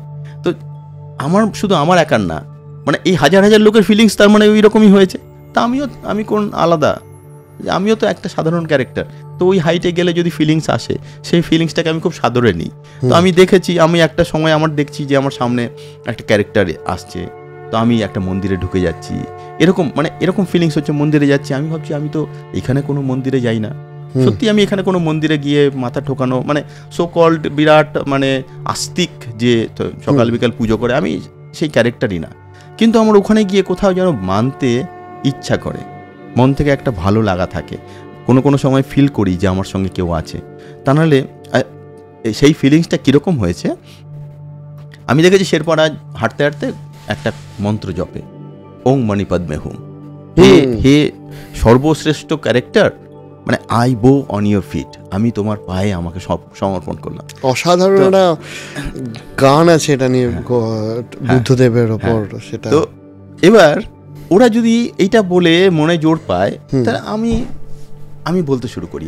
এখন যখন হয় ওং নমঃ শিবায়, আমি দেখলাম যে কি আছে, এটা বললে যদি আমি জোর পাই, তো ওরা যদি বলে, ওরা তো একটা কিছু মানে জোর পায়, আমিও এটা তাহলে বলবো, এবং আমিও এখন এটা বলতে থাকি। তো এইরকম আমরা শিবের সঙ্গে আমার একটা মানে যোগসূত্র হয়ে গেছে পাহাড় মারফত। হ্যাঁ, তো পাই ওখানে পাই শুধু না, এবং আমার মনে হয় মাঝে মাঝে যে আমি হয়তো এত অ্যাক্সিডেন্ট, কতবার ক্রিভাসে পড়ে গেছি, আমার অ্যাক্সিডেন্টগুলো নিয়ে আমি একটা লেখা লিখেছি, সেটা হয়তো কিছুদিনের মধ্যে বই আকারে আসবে। শুধু আমার না, আরও অনেকের অ্যাক্সিডেন্ট নিয়ে। কেন লিখেছি আমি প্রথমেই ভূমিকাতেই লিখে দিয়েছি যে এই অ্যাক্সিডেন্ট কারো মৃত্যু কিংবা দুর্ঘটনাকে কাটাছেড়া করা না, এই মৃত্যু কিংবা দুর্ঘটনা থেকে কোন ভুলে তার হয়েছে, আমিও যেই ভুলগুলো করেছি, ক্রিভাসে পড়ে যাচ্ছি কি, সেইটা থেকে আরেকজন যে যাচ্ছে আজকে পাহাড়ে যায় বলে ভাবছে, তার যেন সেই ভুলটা না হয়। কিংবা এই সিচুয়েশনে আমি পড়ে গিয়ে আমি অন্ধ হয়ে গেছি, আমি ফিরতে পারিনি, আমার সঙ্গে একজন মারা গেছে, এই সিচুয়েশনে পড়লে সে তার প্ল্যান বি কী হবে সেটা তৈরি করে রাখে। এই জন্যই আমার লেখা। তো সেইখানেও আমি দেখছি, তারপর আমি যখন আমি ভাবি যে এত অ্যাক্সিডেন্ট, এই ক্রিভাসে পড়ে গেছি, আমি বেঁচে ফিরে আসছি, এই ধাক্কা খাচ্ছি, আমি চলে আসছি, অ্যাভালাঞ্চ আমার উপর দিয়ে 2-3 বার, মানে ভয়ঙ্কর অ্যাভালাঞ্চ, তুষার ধস বেরিয়ে গেছে, আমি বেঁচে ফিরে এসেছি। তো তাহলে কি কেউ আমাকে বাঁচায়? তো আমার তখন থেকে আমার বিশ্বাসও হয় যে হয়তো পাহাড়ে গেলে কেউ, শুধু পাহাড় না, এখানেও হয়তো কেউ আমাকে আগলে রাখে, যে আমাকে আরও কিছু করতে হবে, যেদিন আমার কাজ শেষ হবে হয়তো ছেড়ে দেবে, তখন হয়তো আমারও লাইফ সেদিনই শেষ হবে, কিন্তু যতদিন আছি হয়তো কেউ আমাকে আগলে রাখছে। এবার আপনি স্পিরিচুয়ালিটির সাথে অ্যাক্সিডেন্টের কথা বললেন, যে আমরাও মিডিয়াতে একটা সময় আপনাকে নিয়ে ভয়ঙ্কর বেশ কিছু খবর শুনেছিলাম। যে গত 22শে মে বসন্ত সিংহ রায়, দেবাশিস বিশ্বাস এবং মলয় রায়, তারা 3 জন ধওলাগিরির উদ্দেশ্যে রওনা হয়েছিলেন। 22 তারিখ তাদের কোনো সন্ধান পাওয়া যাচ্ছিল না। 22 তারিখের পর থেকে চোখের সামনে থেকে আপনি মৃত্যুকে দেখেছেন, আবার নিজে সেই মৃত্যুকে এড়িয়ে ফিরে আসতে দেখেছেন, চোখের সামনে দেখেছেন যে পরিবার কাঁদছে, আবার কাঁদতে কাঁদতেও তাদের সবথেকে বড় প্রাপ্তি আপনাকে কাছে পাওয়া। এই ভয়ঙ্কর এক্সপিরিয়েন্সটা কি, মানে একটু যদি প্রচুর এক্সপিরিয়েন্স হচ্ছে, এই টাইপের প্রচুর এক্সপিরিয়েন্স হচ্ছে। আমি যখনই কোনো বড় এক্সপিডিশনে যাই, তখন প্রথমেই বেস ক্যাম্পে সবাই একটা গ্রুপ ফটো তোলার জন্য বায়নাক্কা করে যে চলো দাদা সবাই মিলে দাঁড়িয়ে ছবি তুলি। আমার একটা মানে তখনই একটা হেজিটেশন হয় যে যেই ফ্রেমে যে কটা ক্যারেক্টার আছে, শেষের দিন যখন আমরা আবার বেস ক্যাম্প গুটিয়ে নামবো, ফ্রেম আবার যখন ছবি তুলবো, ফ্রেমে একটা দুটো মিসিং হবে না তো, মানে এইটা আমার হয়, মানে চিন্তায় আসে। এবং আমি দেখেছি বেশিরভাগ ক্ষেত্রে হয়ও এটা। আমি একটা জায়গায় গেলাম, আমি লিখেছি মানাসলুতে ইয়ান্নিক বলে একজন মারা গেল উপরে, 2 জন মানে অ্যাক্সিডেন্ট, মানে কিন্তু নিজের দোষেই। ওখানে ঠান্ডার মধ্যে একটা জলধারা নামছিল, সেখানে চান করে এবার এই যে মানে আমি বলি যে don't be gamma in the land of lama. জায়গাটা তো লামারদের জায়গা, সেখানে তুমি গামা হওয়ার কোনো ব্যাপার নেই, তুমি একটু সাবমিসিভ থাকো। আমি হয়তো এখানে বিরাট পাওয়ারফুল, আমি ওখানে নাও তো হতে পারি, নাও তো হতে পারি না, আমি ওখানে না, কারণ ওই বিশাল প্রকৃতির কাছে আমি খুব ক্ষুদ্র, কিছুই না। এবার ও ইয়ান্নিক এত পাওয়ারফুল, বিরাট মাসেল, তার 6.5 ফুট হাইট, সে ভেবেছে আরে ঠিক আছে আমার কিছু হবে না, চান করেছে ওই ঝর্ণাতে, ঠান্ডা লেগে গেছে। এই প্রথমে চান করাটা একটা ভুল, তারপর ঠান্ডা লেগে গেছে সেটা স্বীকার না করা আরেকটা ভুল। আমার মানে বাড়াবাড়িও আমি করব না, গামা আমি হব না, আবার আমি যখন অসুস্থ বোধ করবো সঙ্গে সঙ্গে আমার বন্ধুদের, পার্টনারদের, পাশের যারা আছে তাদের সঙ্গে শেয়ার করব, তবে আমি প্রোটেকশনটা পাবো। ও ভেবেছে কি আরে, আর যেখানে আমাদের মতন উইক ক্যান্ডিডেট দেখে তখন এইগুলো আরও সমস্যা বেশি হয়, যে এ একটা প্যাংলা ক্যারেক্টার, এ সুস্থ আছে, আমি এত পাওয়ারফুল, আমি কি অসুস্থ? না না, আমি অসুস্থ কিচ্ছু হয়নি, হালকা কাশি, বুকে কফ জমেছে, সেটাও কিন্তু মারাত্মক হয়ে যেতে পারে। এবং তাই হলো, ও কিন্তু উঠে ক্যাম্প 3 থেকে আর নেমে আসতে পারলো না, মারা গেল। তো এরকম অ্যাক্সিডেন্ট আমি অনেক দেখেছি। যেমন বললেন যে আমার স্ত্রী আমার ডেড বডি আনতে গিয়েছিলেন, কীরকম ধওলাগিরি এক্সপিডিশনে আমরা সামিট ক্যাম্পের জন্য বেরিয়ে গেছি 4 নম্বর ক্যাম্প থেকে, কিন্তু জার্নিটা অনেক বড় হয়ে গেছিলো। কেন হয়েছিল? আচ্ছা, কারণ একটা সময় পর থেকে তুষার ঝড় শুরু হলো, মানে হাওয়া, ওই বললাম হাওয়া বাড়লে আর কিছু করা যায় না, হাওয়া বাড়তে শুরু করলো, বরফ উঠতে শুরু করলো, আমাদের এগোনো মানে 1 পা এগোই দাঁড়িয়ে পড়ি, 2-3 পা এগোই দাঁড়িয়ে পড়ি, করতে করতে আগের দিন সন্ধ্যাবেলায় রওনা দিয়েছি, আগের দিন রাতে সারা রাত হেঁটেছি, পরের দিন সারাদিন হেঁটেছি, কিন্তু আমরা পৌঁছতে পারিনি। যখন প্রায় বেলা, তখন 2-2 বেজে গেছে, তখনও কিন্তু সামিট থেকে অল্প একটু নিচে, 70-80 মিটার নিচে। তো সামিট হয়ে যাবে এরকম সময়, ওই আমাদের সামনেই একজন স্প্যানিশ যাচ্ছিল, গাড়া বলে, আর তার সঙ্গে তার শেরপা ছিল, তার গাইড ছিল কেশব। তো দেখলাম একজন স্লিপ কাটলো, আর বললাম এভারেস্টের নিচ থেকে উপর অব্দি দড়ি লাগানো থাকে, অন্যান্য মাউন্টেনে তা থাকে না, কিন্তু এখানে কোনো দড়ি লাগানো ছিল না। এখানে কি হলো, ওই রোপ আপ বলে, যে আগে মানে গাড়া আর কেশব একটা দড়ির আগে পিছনে 20 ফুট 15 ফুট গ্যাপে বেঁধে একজন এগোচ্ছিল, পিছন একজন এগোচ্ছিল। কেন? একজন স্লিপ কাটলে আরেকজন আটকাতে পারবে, এটা রোপ আপ। কিন্তু রোপ আপ দুজনে মিলে হয় না, ওরা যেটা ভুল করেছিল, অ্যাটলিস্ট 3 জন দরকার, কারণ একজন স্লিপ কাটলো আরেকজন আটকাবে, এটা মানে খুব কঠিন কাজ। আচ্ছা, তো আমরাও রোপ আপ হয়ে যাচ্ছিলাম, আমরা 4 জন ছিলাম, আমি, বসন্ত সিংহ রায় আর 2 শেরপা। তো আমরা ওদের পিছনে যাচ্ছিলাম, এবার গাড়া স্লিপ কাটলো, তার সঙ্গে দড়ির টানে কেশব পড়ে গেল। মানে ওরা কি একসাথে দড়িতে বাঁধা ছিল? একটা দড়িতে আগে পিছনে বাঁধা ওই হয়ে যাচ্ছিল, এটাকে রোপ আপ করা বলে। তো ওইভাবে যাচ্ছিল, একটা দড়িতেই আগে পিছনে বাঁধা। এবার গাড়া স্লিপ কাটলো, কেশব ওকে আটকানোর কথা, কিন্তু ওই স্লিপের টানে, দড়ির টানে ও আটকাতে, বললাম না একজনকে আটকানো খুব কঠিন। এবার ঢাল ছিল বেশ খানিকটা, কিন্তু ওই ঢালে পড়ে চলে যাওয়ার কথা, দ্রুত বডি বেরিয়ে যাওয়ার কথা, কিন্তু সফট স্নো কিছুটা ছিল বলে গিয়ে আটকে গেল।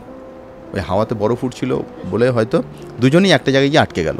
আচ্ছা, তো এবার অ্যাক্সিডেন্ট শুরু হয়ে গেছে বলে আমার শেরপা আমাকে বললো চলো ওয়াপাস চলতে হ্যাঁ, অ্যাক্সিডেন্ট শুরু হয়ে গিয়া, আমি আগে জানা ঠিক নেই হ্যাঁ। কেন? আমি দেখতে পাচ্ছি 2 জন পড়ে আছে, ওরা নিচে পড়ে গেছে, আমি তাদের পাশ কাটিয়ে চলে যাব, এটা এথিক্যালি ঠিক না। আমি কি হতে পারে, আমি ওদের হেল্প করে তুলে আনার চেষ্টা করব, কিন্তু ওই 2 জনকে হেল্প করে তুলে আনতে গেলে আমার যে দড়ি ইকুইপমেন্ট দরকার সেটা আমাদের নেই। আমরা 4 জন মিলে একটা রোপে হাঁটছি। তো আমি দেখলাম যে আমরা তখন চিন্তা করে দেখলাম সত্যি তো ওদের হেল্প করতে পারবো না, তাই বলে ওদের পাশ কাটিয়ে সামিটে যাওয়াটাও উচিত না। তা আমরা ওখান থেকে ব্যাক করলাম।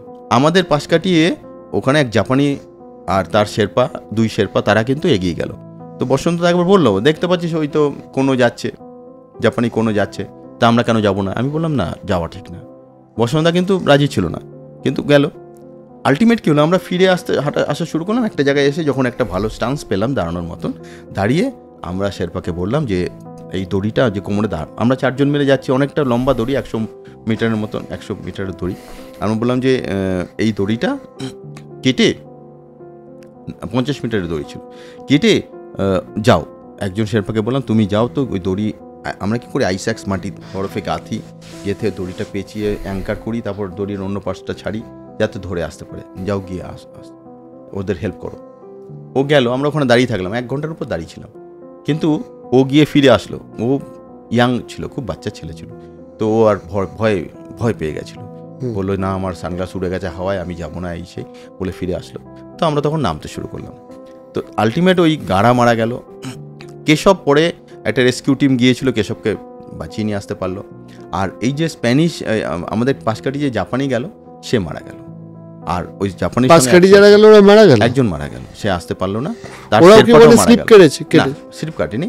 ওরা বললাম না, আগের দিন রাত থেকে শুরু হয়েছে, পরের দিন তখন 2-2:30 বেজে গেছে, টাইম তো চলে যাচ্ছে, ওর অক্সিজেন শেষ, এক্সজর্শন হয়ে গেছে। আমি নামতে নামতে আমি ফুল ব্লাইন্ড হয়ে গেলাম, আমাদের অক্সিজেন শেষ হয়ে গেছে। তার আগে বসন্তদা অসুস্থ হয়ে পড়লো, বসন্তদা আটকে গেল, এক জায়গায় থেকে গেল, বসন্তদা নামতে পারলো না। আমি অন্ধ হয়ে হাতড়ে নামলাম, আমি আর আমার শেরপা আমাকে একটু দড়ি ছাড়ছে, আমি নামছি, নেমে দাঁড়াচ্ছি এক জায়গায়, আর আইস্যাক্সে গেঁথে দড়িটা পেঁচাচ্ছি। ও আবার নেমে এসে আমার কাছে পৌঁছলো, ও আবার আইস্যাক্সে দড়ি কাটলো, আবার দড়ি ছাড়ছে, আমি আবার নামছি। আমি তো অন্ধ, আমি তো দেখতে পাচ্ছি না। ও উপর থেকে গাইড করছে, দেবাশিস দা আবি দায় না যাও, আবি বায়া যাও, আবি এসে যাও, আবি স্লিপ করো। মানে আপনি কিচ্ছু দেখতে পাচ্ছেন না তো? একদম ফুল ব্লাইন্ড হয়ে গেছিলাম, ফুল অন্ধ, ওই যেটাকে স্নো ব্লাইন্ডনেস। স্নো ব্লাইন্ডনেস বলে। তাহলে আপনি কিছু না দেখি ওখান থেকে নামতে হয়েছে তো? হ্যাঁ, কিছু তো দেখতে পাচ্ছি না, চোখ একদম অন্ধ হয়ে গেছে, মানে ধীরে ধীরে হয়েছে। একটা সময় আমি আবছা দেখছিলাম, তারপরে আরও আবছা দেখছি, তারপরে আমি দেখলাম যে চোখে এতটাই কম দেখছি যে একটু আগের মানে একটু ফুটস্টেপ বুঝতে পারছি না, কোথায় পা ফেলবো। তো আমি তখন পেম্বাকে বললাম, তুমি আমার আগে যাও। ওর পায়ের জুতো লাল রঙের, যে জুতোর উপরে থাকে যে এক্সটেনশনটা, ওই লালটা দেখছি, তারপরে ওই লালটা দেখাও বন্ধ হয়ে গেল। তখন আমরা কি করলাম, ওই দড়িটা তো অর্ধেক কাটা হয়েছিল, একটা দড়িতে আমি আর পেম্বা, আরেকটা দড়িতে বসন্তদা আর আরেক দাওয়া শেরপা আরেকজন। তো নামছি। তা একটা সময় পরে আমি বললাম যে আমি আর পারছি না, আমি তো দেখতে পাচ্ছি না, ওই ঢাল, ওই ভয়ঙ্কর একটা ঢালে না দেখতে একটা অন্ধ লোক কী করে নামবে। তো আমি লিটারেলি তখন কাঁদছি। আমি বললাম যে পেম্বা, তুমি এক কাজ করো, তুমি আমাকে ছেড়ে দাও এখানে, তুমি চাপ নিও না। কারণ আমি এর আগেও এভারেস্ট, কাঞ্চনজঙ্ঘা, অন্নপূর্ণা সব জায়গায় দেখছি, আমার ওই একটা সময় প্রচুর ঠান্ডা লাগলে কিংবা বরফের গ্লেয়ারে সানগ্লাস পরা থাকলেও নিচ থেকে যে আলো ঢোকে, অক্সিজেন মাস্ক থাকে, মাস্কের উপরে থাকে বলে ফাঁকে আলো, ওই আলোতেই মানে 2 ঘন্টা 3 ঘন্টা 4 ঘন্টা 5 ঘন্টা 6 ঘন্টা আমরা তো সারা রাত ধরে সারাদিন ধরে চলছি, একটা সময় অন্ধ হতে থাকি। তাই একটা ঝাপসা, এবং আমি দেখেছি যে 4-5 ঘন্টা যদি চোখ বন্ধ করে শুয়ে নিই, আমি ঘুমিয়ে নিই, তাহলে কিন্তু চোখ ঠিক হয়ে যায় অটোমেটিক। তা আমি ওই ভরসাতেই পেম্বাকে বললাম, পেম্বা তুমি এক কাজ করো, আমাকে এখানে দড়ির সঙ্গে বেঁধে দাও, এই একটা দড়ির সঙ্গে। ততক্ষণে নিচে এসে দড়ি ওই ফিক্সড রোপ পেয়ে গেছি, ফিক্সড রোপে বেঁধে দাও, আমি স্লিপ কেটে পড়ে যাব না সারা রাত। মানে পাহাড়ের মধ্যে? হ্যাঁ, ওই তাঁবু ছাড়া? হ্যাঁ, বরফের ঢালে, আরে বেঁচে থাকবো তো। তো আমি বললাম তুমি আমাকে বেঁধে দাও, তুমি নেমে যাও। আমি এই দড়ি পেয়ে গেছি, তো ফিক্সড রোপ পেয়ে গেছি, আমি কালকে চোখ পরিষ্কার হয়ে যাবে। মানে আপনি দাঁড়িয়ে দাঁড়িয়ে ঘুমোতে হবে সেক্ষেত্রে? দাঁড়িয়ে না, আমি তখন ওই তো দেওয়ালে, হ্যাঁ, ওই দড়িটাকে জুমার থাকে, জুমারে টাইট করে, এবার আমি এরকম একটা ঢাল যদি আমি এইভাবে ঘুমিয়ে থাকবো, সে আমি ঘুমোতে পারি, সেটাতে কোনো সমস্যা নেই আমার, আমি যে কোনো জায়গায় ঘুমাতে বলছেন। যাই হোক, তো এবার কিন্তু পেম্বা রাজি হচ্ছে না, না না না এসে নেই হো সকতা, আপনার যাওগে। তো আমি তখন বললাম যে ঠিক আছে, আমার স্যাকটা খোলো, পিঠের স্যাকটা খুলে, পায়ে ঠান্ডা হয়ে যায়, পা জমতে থাকে, পা পচতে থাকে, তো হাতে দামি গ্লাভস আছে, কিন্তু পায়ে জুতো, দামি জুতো, 70-80 হাজার টাকা দামের জুতো, কিন্তু তাও আঙুল পচতে থাকে। তাই আমি বললাম যে ব্যাগের মধ্যে ঢুকিয়ে দেবো, এটা হচ্ছে সার্ভাইভালের অনেক রকম টেকনিক আছে। তো ব্যাগটাকে যদি আমি এরকম পায়ের উপর দিয়ে দিই, তাহলে আরেকটা লেয়ার হয়ে গেল, এখানে একটা এয়ারের লেয়ার থাকে, তাহলে আমার পাটা বেঁচে যাবে। আমি বললাম তুমি এটা করে তুমি চলে যাও, কিন্তু রাজি হয়নি। তো আমাকে ওইভাবে নামাতে থাকলো। কীরকম, ওর আইস্যাক্সে দড়িটা পেঁচিয়ে নিল, এবার দড়ি আস্তে আস্তে ছাড়ছে, আমি গ্লিসাইড করে হোক, হেঁটে হোক, হাঁচড়ে পাঁচড়ে হোক নামছি। দড়িটা যদি 20 মিটার হয়, 15 মিটার হয়, তাহলে 15 মিটার নিচে অবধি আমি পৌঁছে আমি আইস্যাক্স গাঁথলাম। আমি অন্ধ তো কী হয়েছে, আমি তো আইস্যাক্সটা আমি চোখ বন্ধ করে তো আইস্যাক্সটা বরফে গাঁটতে পারি, গেঁথে আবার ওই রোপটা পেঁচিয়ে নিলাম, অ্যাঙ্কার করা বলে এটাকে। এবার আমি আস্তে আস্তে দড়ি টানছি, ও আসছে, কেন ও যদি স্লিপ কাটে তাহলে নিচে গিয়ে পড়ে যাবে না, আমি এখানে আটকে দেবো, আটকে দিচ্ছি। মানে আমার যদি 10 মিটার স্ল্যাক থাকে, ও 10 মিটার নিচে গিয়ে আটকে যাবে। এটাকে মানে একসঙ্গে বিলে করে নামা বলে। হ্যাঁ, তো ও আবার যখন আমার কাছে অবধি পৌঁছে গেল, বলে দেবাশিস দা পৌঁছ গেয়া। এবার আবার আমার একই প্রসেস শুরু হলো। এই করতে করতে এবার বলছে ডান দিক যাও, বা দিক যাও, সামনে পাথরের দেওয়াল আছে, এখানে ধাক্কা খাবে। আমি ধাক্কা খাচ্ছি, এই করতে করতে ওই যে কোনো তার টেন্টটা আমাদের তাঁবু থেকে প্রায় 200 মিটার উপরে লাগানো, 200-300 মিটার উপরে লাগানো ছিল। ওর তাঁবুতে এসে পৌঁছলাম। তো আমাকে বললো যে পেম্বা देवाशीष दा पहुंच गया, सामने देखो ये है टेंट है उनका, कोनो का टेंट। तो আমি তো জানি কোনো উপরে গেছে, কোনো আসবে কোনো সময়, ঠিক আছে। ঘাপটি মেরে একটু ঠাসাঠাসি করে নয় বসে থাকবো। তখনও আপনাদের কাছে খবরটা নেই? না, আমি তো জানি না কিছু, আমি তো অন্ধ। আর ও আমাকে তো বলবে না যে ও মারা গেছে। এবার চেন খুলে বসে ঢুকলাম, কোনোর একটা স্লিপিং ব্যাগ ছিল, সেটাই কোনো মতে পায়েটায় গুটি সুটি মেরে করলাম, এবারে ঘুমিয়ে পড়লাম। তখন কেউ একজন আমাকে টেনে নিল। এই সময় আমার একটা আলাদা ফিলিংস হলো যে আমি দেখছি আমি মারা যাচ্ছি, আমি দেখতে পাচ্ছি। এইটা আমি লিখেওছি, এটা আমার মানে শেয়ার করতে অসুবিধা নেই, কারণ আমি তো এটা লিখেওছি আমার বইতে, যে একটা ভয়ঙ্কর প্রচুর মানে লেয়ার, যেন মানে বিভিন্ন কালার, মানে খুব উজ্জ্বল রঙের সমস্ত মানে বলয়ের মধ্যে দিয়ে আমি যেন কোথায় আমার একটা জার্নি, আমি ঢুকে যাচ্ছি। যেমন হয় না ওই যে ওই স্ক্যান ট্যান মনে করে না যে ঢুকে যায়, ওই রকম যেন আমি মানে এরকমভাবে আমার মাথাটা এরকমভাবে ঢুকে যাচ্ছে। আমি শুয়ে আছি, আমি অটোমেটিক ঢুকে যাচ্ছি বলয়ের মধ্যে, বিভিন্ন বড় বড় বড় বড় রিংয়ের মধ্যে আমি ঢুকে যাচ্ছি। তাই আমি ভাবছি যে এটাই তো মৃত্যু, কত শান্তির জার্নি, কি আরামে আমি যাচ্ছি। লোকে মৃত্যুতে এত ভয় পায় কেন? এই যদি জার্নি হয় তো আমি তো জীবনে অনেক কিছু পেয়েছি। আমার মরাতে তো কোনো আমার কোনো নেই, আপত্তি নেই। তো আমি মারা গেলাম কিংবা সেন্সলেস হলাম কিংবা ঘুমিয়ে পড়লাম, যাই হোক না কেন সেটা হলো। এবার কোনো এক সময় আবার সেই মৃত্যু থেকে ফিরলাম, বেঁচে আসলাম, কিংবা ঘুম ভাঙলো কিংবা সেন্সলেস, উঠে দিকে তাঁবুতে শুয়ে আছি। আমি তার আগে জানি না, মানে ওই গেছি ওই চোখ দৃষ্টিশক্তি হারানোর পর ওই তাঁবুতে এসে শুলেন। হ্যাঁ, তারপরে আমি মারা গেছি। এবার আমি আবার বেঁচে ফিরলাম, তখন আমি তাঁবু দেখছি, আরে নেই, বসন্তদা নেই। সামনে ওই কোনোর আরেক শেরপা দাওয়া, ওর দুই শেরপা, দুটোরই নাম দাওয়া ছিল। তো ওই দাওয়া, এই যে আমি দাওয়াটা আমি বলি, দাওয়া পেম্বা, এই যে নামগুলো বলছি না, এরকম প্রচুর শেরপার নাম পাওয়া যাবে। দাওয়া হচ্ছে রবিবারে জন্মালে দাওয়া, এরকম বারটার নাম জড়ে যায়। আচ্ছা, পেম্বা, আমার পেম্বা যেমন শনিবার, পেম্বা ছুটি শেরপা, অ্যাকচুয়ালি ওর নাম ছুটি শেরপা টাইটেল, ছুটি ওর নাম, কিন্তু পেম্বা যেহেতু শনিবারে জন্মেছে, পেম্বা ছুটি শেরপা। তো এই জন্য পেম্বা, দাওয়া, মিংমা, তাসি এরকম প্রচুর নাম পাওয়া যায়, কারণ যে বারে জন্মায় সেই বারের নামটা জুড়ে যায়। তো এবার দাওয়া, তো আমি তার মানে তখন আমি বুঝলাম আমাকে যে টেনে নিয়েছিল তাঁবুতে সেটা বসন্ত সিংহ রায় না। আমি তখন ভেবেছিলাম বসন্ত সিংহ রায়, যার থাই হাঁটুতে আমি মাথা রাখলাম, সে কিছু আমাকে খাওয়ানোর চেষ্টা করলো, কিছু অর্ধেক গলায় গেল, অর্ধেক মুখ দিয়ে পড়ে গেল, আমি মারা গেলাম।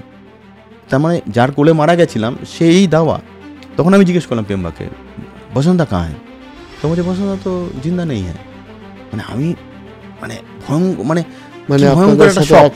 আমি বললাম যে জিন্দা নেই মানে? বলছে না, ওইখানে পড়ে আছে বসন্তদা, তোমাকে নিয়ে যখন নামতে শুরু করলাম, বসন্তদা তো আর এগোয় নি, ওখানেই পড়ে আছে। তো আমি বললাম যে বসন্তদা পড়ে আছে, তো ওকে ও নামেনি? বলছে না, ও তো নামতে পারেনি, আর আবি তাক তো ও জিন্দা নেই হ্যাঁ। একদম ও তো কনফার্ম যে একটা রাত সে ওই ঠান্ডার মধ্যে পড়ে আছে উইদাউট অক্সিজেন। তো আমি তো উইদাউট অক্সিজেনে কিন্তু নামতে নামতে তো একটা হাইটে নেমে এসেছি, যত নিচে নামছি আমার অক্সিজেন মানে ডেন্সিটি তো বাড়ছে, আমার তো নিতে পারছি আরও বেশি। ওখান থেকে তো আমি বেটার জায়গায় আছি, একটা তাঁবুতে আছি, তাঁবুর মধ্যে ওই নামতে শুরু করলে ওই 70 মিটার থেকে যখন আমরা নামতে শুরু করি, না নেমে একটা জায়গায় স্টান্স নিয়েছিলাম, তারপর ওই বাঁচানোর জন্য পাঠালাম, তারপরে আস্তে আস্তে আমার চোখ আরো খারাপ হতে শুরু করলো, তখন আপনারা নামতে শুরু বসন্তদা তখনও ছিল। কিন্তু যেখান থেকে আমি একদম ফুল অন্ধ হয়ে ও আমাকে ওই যে দড়ি বিলে করতে করতে শুরু করলো, সেখানেই বসন্তদা পড়ে মানে বলছে উধার গির গিয়া, মানে ওখানেই রয়ে গেছে। ওনার সাথে আর কোনো শেরপা ছিল? তখন আমি জিজ্ঞেস করলাম দাওয়া, আমাদের আরেকজন শেরপা ছিল, দাওয়া। তো বলছে না, দাওয়া তো নিচে চলা গেয়া। আমি না, সে কি? তো বসন্তদা বলছে বসন্তদা আবি জিন্দা নেই। তো তারপর ততক্ষণে পরের দিন সকাল হয়ে গেছে। তো আমাদের যে দাওয়া, সে ওই নিচ থেকে উঠে এসছে মানে কি, সে নিচে তাঁবুতে চলে গেছিল, সে নিচ থেকে অক্সিজেন গরম জল নিয়ে উঠে যাচ্ছে। বসন্তদা যদি বেঁচে থাকে তাকে জল দেবে, অক্সিজেন দেবে। তো এই ঘটনা। এবার আমি তো হাউ হাউ করে কাছে, বসন্তদা মারা গেছে, এই কি?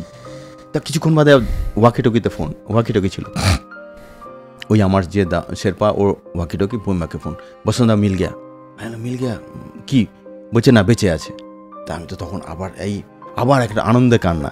এবার আমি তখন বললাম, বলছে কিন্তু বসন্তদা উঠে আসতে পারবে না, ও আসতে চাইছে না, ওঠার শক্তি নেই। তা আমি বললাম তুমি ফোনটা দাও বসন্তদাকে। বসন্তদা বলছে না, আমি উঠতে পারবো না, আমাকে পিঠে করে নিয়ে যেতে বল দাওয়াকে। আমি বললাম এটা হয় নাকি, একটা একটা ফুল গ্রোথ একটা ক্যারেক্টারকে পিঠে করে নামানো যায়। একটা 500 গ্রাম আমরা ক্যামেরা কেউ ক্যারি করে না, সেখানে ফেলে দেয়, সেখানে একটা লোক 70 কেজি 60 কেজি 65 কেজি একটা লোক তাকে ক্যারি করা যায়। এখন দেখো তুমি হাঁটার চেষ্টা করো, ও তোমাকে হেল্প করবে। না হলে তুমি আমি যেভাবে নেমেছি আমি বোঝালাম এইভাবে আসো বিলে করে, আমি দাওয়াকে বুঝিয়ে দিচ্ছি তোমরা এইভাবে নামো, বোঝে না, আমাকে যদি পিঠে না করে আমি নামবো না। জোর করতে শুরু করলো। আমি তখন বললাম দেখো বাড়ির কথা ভাবো, বৌদির কথা ভাবো, বাচ্চার কথা ভাবো, তোমার জন্য তারা ওয়েট করে আছে, তুমি এইভাবে নামো বলে আমি দাওয়াকে বুঝিয়ে দিলাম কি করে নামাতে হবে। তো করে ফোনটা রেখে দিলাম। তারপর 2-3 ঘন্টা গেছে, ততক্ষণে তো নামার কথা, নামেনি। এবার ফোন করে যাচ্ছি আর ফোন ধরে না। তখন পেম্বা এবার কাঁদতে শুরু করেছে, বলছে দাওয়াও চলে গেছে, বসন্তদা জিত করেছে পিঠে ওঠার জন্য, দুজনেই স্লিপ কেটে বেরিয়ে গেছে, কাউকে পাওয়া যাবে না। তো আবার মানে আমার একটা মন খারাপ, আবার কাঁদছি, একা ফিরে যাব, এসছি এতদিনের পার্টনার, ফিরে গিয়ে আমি কি বলবো, এত লোক মারা গেছে। তখন জানি কোনো মারা গেছে, ওই ঘাড়া মারা গেছে, তখন জানি কেশবও মারা গেছে। তখন কেশবকে যে পরে রেস্কিউ করা হবে তখন বুঝতে পারছি না। আর 2 দিন আটকে গেলে কে বাঁচবে? তো আমি দেখছি যে এখানে আমি একাই বেঁচে ফিরলাম। বড় তো কেউ কোশ্চেন করতেই পারে, তুমি কে হে এত বড় মাউন্টেনিয়ার, তুমি একা বেঁচে ফিরলে আর বাকিরা মরে গেল, মরার জন্য কে দায়ী? এখানে বসে তো কেউ বুঝতে পারবে না ওখানে কী সিচুয়েশন। প্রথমেই তো একটা দায় করে দেবে যে তুমি তার মানে ওদের বাঁচিয়ে ফেরোনি। এরকম ঘটনা প্রচুর হয়েছে যে মেসনার যে পৃথিবী বিখ্যাত মাউন্টেনিয়ার, তাকেও বহু বছর ধরে শুনতে হয়েছে ওর ভাইকেও মেরে ফেলেছে।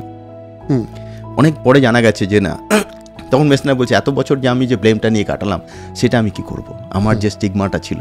তো যাই হোক, আমার মাথায় এইটা কাজ করছে, আরে এই এত ঘটনা ঘটেছে যে এই পড়াশোনা করলে এইটাও থাকে, না জানাটাও একটা ব্লেসিং, হ্যাঁ, কিন্তু জানলে এই সমস্যাগুলো যে এই ঘটনা ঘটেছে, আমি গিয়ে কাকে কি জবাব দিয়ে করবো।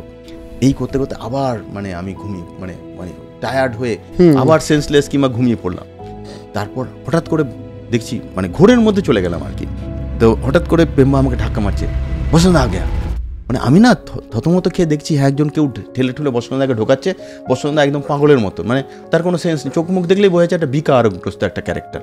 তো তাড়াতাড়ি নিয়ে এসে আমি তো সে বলছে যে আমি সব টয়লেট হয়ে গেছে, সব ভিজে গেছে, তুই আমাকে বাঁচা। ওইটুকুনি সেন্স আছে। এবার আমি খুব কম লেয়ার পরি, অনেকেই 3টে 4টে 5টা লেয়ার পরে, কিন্তু আমি খুব কম লেয়ার পরি। ভিতরে একটা বেস লেয়ার থাকে আর উপরে ফেদার জ্যাকেট। তা আমি ওই বেস লেয়ার খুলে বসন্তদাকে পরালাম। 2টো গ্লাভস থাকে, অনেকে অনেক বেশি লেয়ার পরে, বসন্তদাকে দিলাম। আর আমি শুধু খালি গায়ে মানে কিছু না পরে শুধু ফেদার জ্যাকেট পরে নিলাম। ফেদার জ্যাকেট খুব ঠান্ডা লাগে, কারণ কি ফেদার জ্যাকেটের ভিতরে কাপড়টা ভিতরে কটন ড্রেস থাকলে তবেই তো টেম্পারেচারটাকে আটকানো যায়।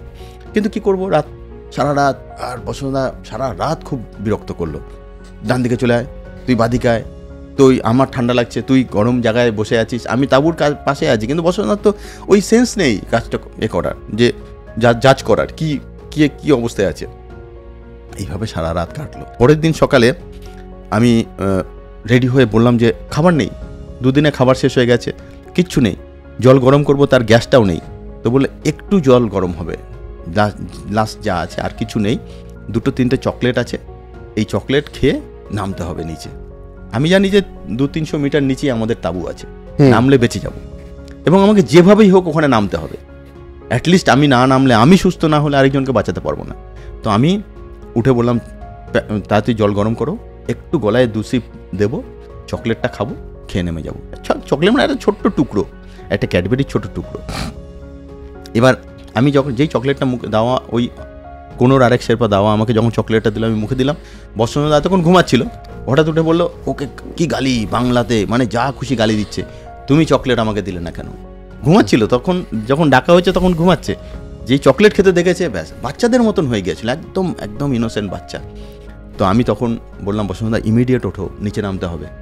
সকাল হয়েছে, 2টো রাত ওখানে অলরেডি, 2-3টে রাত কেটে গেছে, নিচের সঙ্গে কোনো যোগাযোগ নেই। ওই সময় এদিকে খবর এসছে, যেটা আপনি বললেন যে এখানে খবর এসে গেছে যে ওরা মারা গেছে, এদিকে ব্রেকিং নিউজ যে 2জন পাহাড়ে মিসিং, মানে ধলাগিরি গিয়ে মৃত্যু। আমার স্ত্রী এখানে মিনিস্টার অরূপ বিশ্বাস, তাকে ধরে কি অরূপ বিশ্বাসই বা কী করবে, ওখানে আমি কোথায় আটকে আছি। তো এরা তড়িঘড়ি বডি আনতে যাবে কিংবা কিছু, এই কাঠমান্ডু উড়ে চলে গেল সেদিন। আমরা তখন উপরে, এরা কাঠমান্ডু যাওয়ার তোড়জোড় যখন করছে, আমি তখন ওখান থেকে নামার তোড়জোড় করছি। ওখানে তো যোগাযোগও থাকে না, যোগাযোগ তখন নেই, কারণ আমরা ওই সময় শুধু ওয়াকিটকি ক্যারি করছিলাম। ওয়াকিটকি মানে আমি আর আমার শেরপা এগোলে ওইটুকুনি, একটা দুটো তাবু এদিক ওদিক হচ্ছে, বাকি পৃথিবী থেকে বিচ্ছিন্ন। তো এবার স্বাভাবিক, এরা তো 2-3 দিন ধরে খবর নেই, মানে মারা গেছে। ওই 8000 মিটার হাইট 3 দিন ধরে এরা এখান থেকে কাঠমান্ডুর দিকে রওনা দিচ্ছে। ওইখানে আপনি যে চকলেটটা খাচ্ছিলেন, হ্যাঁ চকলেটটা খেলাম। আবার বসন্তদা তো যা তা, ওর তো বাপ ঠাকুরদা উদ্ধার করে দিল গালিগালাজ করে। আমি শুধু গলায় সিপ দিয়ে বললাম যে বসন্তদা রেডি হব, নামতে হবে। বসন্ত তখন বলছে আমি এখন ঘুমাবো, সারা রাত যে আমাকে ঘুমাতে দেয়নি সে এখন ঘুমাবে। আমি দেখলাম এটা কোনোভাবেই সম্ভব না। আমি আমার যে শেরপা ততক্ষণে ওই দাওয়া আবার নিচ থেকে উঠে এসছে, দাওয়া বসন্তদাকে ঢুকিয়ে দিয়ে আগের দিন রাতে চলে গেছিলো নিচের তাঁবুতে। 200 মিটার, ওদের কাছে 200 মিটার যেতে নামতে তো 15-20 মিনিট লাগে, উঠে আসতে হয়তো 1 ঘন্টা লাগে। হ্যাঁ এটা, এবং তখন আমি তো একদম, আমি শুধু রাতে ঘুমিয়ে আমি কিন্তু একদম ফুল ফিট। তো আমি বললাম যে শেরপাদের যে তোমরা আর ওই কোনোর দাওয়া, ততক্ষণে আপনার দৃষ্টিটাও ফিরে এসছে। আমার দৃষ্টি তো আগের দিনই ফিরে এসছে, যখন বসন্তদার ব্যাপারে ফোনে কথা বলছি তখন ওই আগের রাতে, এটা তো তারপরের রাত, আরেকটা রাত তো চলে গেছে।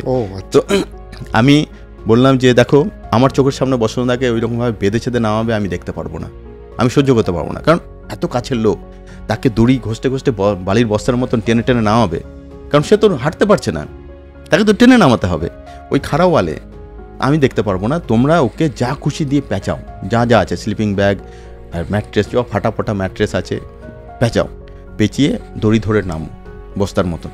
উপরে একজন দড়ি ছাড়বে আর নিচে একজন দড়ি ধরবে, টানতে হবে না কারণ ও তো স্লোপে এমনিই নামবে। আমি বললাম যে দেখো আমার চোখে পড়লে আমার খারাপ লাগবে, তোমরা এটা করো, আমি ইমিডিয়েট নিচে নেমে যাচ্ছি, আমি একাই নামবো। আমি বললাম আমি তখন তো ফুল ফিট, ওইটা নামতে আমার 15 মিনিটও লাগেনি, 15-20 মিনিট ওই আমাদের ক্যাম্প থেকে। দেখাও যাচ্ছে যে দেখা যাবে না, দেখা যায় না, ওটা টার্ন নিয়ে এরকম ভাবে দেখা যায়নি। খুব বেশি হলে 20 মিনিট আমি নিচে নেমে আসলাম। নিচে আমাদের আরেক মেম্বার ছিল, সে বছর আমার সঙ্গে আরেকটা মেম্বার গিয়েছিল মলয় মুখার্জি, হাওড়া।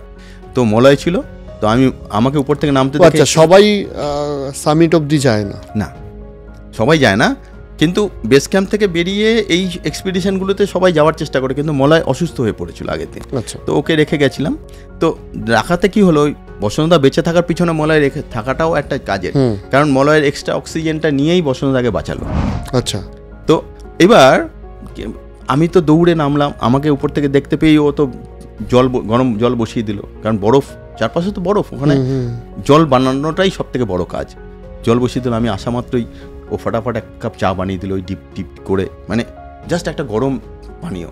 তা আমি ঢকঢক করে 1-2 মগ চা খেয়ে নিলাম, খেয়ে বললাম যে মলয় এবার আমি ঘুমাবো, আমি 2 রাত ঘুমাইনি, তুমি আমাকে ডিস্টার্ব করবে না, তুমি আমাকে ডাকবে তখনই যখন বসন্তদাকে দেখবে নামাচ্ছে, কারণ আমি জানি বসন্তদাকে নামাতে আরও 1 ঘন্টা লাগবে।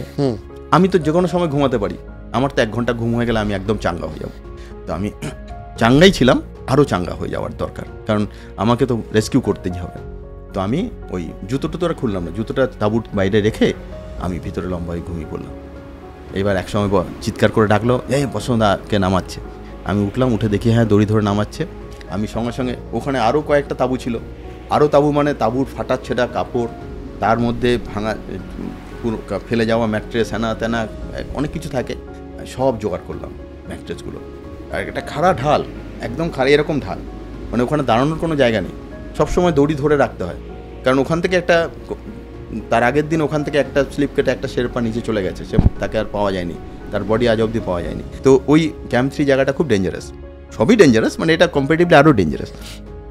তো আমি চটপট বেরোলাম, বসন্তদাকে নামতে দেখছি যে এইসব খুবলে মাংস, কারণ কি ওই ঢালে তো আইস উঁচু কোনো সময় হয় না, হাওয়ায় উঁচু হয়ে থাকে, সেগুলো তো ছুরির মতন, তো পুরো হাঁটু কেটে গেছে। সেটা পরবর্তীকালে এগুলো করতে হয়েছে, প্লাস্টিক সার্জারি করতে হয়েছে। তো আমি সব ট্যাপ করে বেঁধে, মানে একদম একটা যেরকম হয় যে ডেড বডির মতন, একদম পুরো যত স্লিপিং ব্যাগ, ফেদার জ্যাকেট যা ছিল সব দিয়ে বাঁধলাম, বেঁধে টেঁধে যে এবার নামাতে হবে। ওইখান থেকে তো আবার দড়ি ধরে নামাতে হবে, উনি আর নামতে পারছেন না, ও তো আর দাঁড়াতেই পারছে না, ওখান থেকে তো নামাতে হবে। ওই 200 মিটার নামাতে গিয়ে হাঁটু কেটে গেছে, এখনও তো কত নিচে নামতে হবে, ক্যাম্প 2, ক্যাম্প 1, বেস ক্যাম্প, বহু নিচে নামতে হবে। এবার কপাল কি, বসন্তদা মানে লাকিলি বেঁচে গেছে।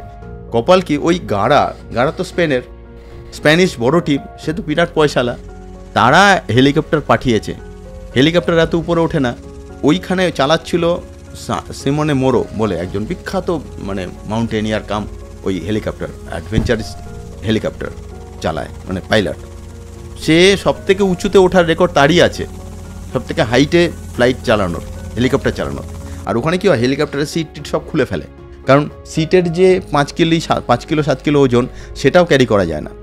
আর হেলিকপ্টার থেকে বড় একটা দড়ি ঝোলে, নিচে একটা হুক থাকে, এই লম্বা দড়ি বলে এটাকে sling, long sling short sling এরকম নাম আছে। যেহেতু লম্বা দড়ি লং স্লিং মানে ওটা প্রায় আরও 50-60 ফুট লং স্লিং, কোনো সময় আরও বেশি লং স্লিং থাকে, তার নিচে হুক থাকে, হুক ক্যারাবিনার আমরা ইউজ করি, ক্যারাবিনার এরকম সেট করা থাকে।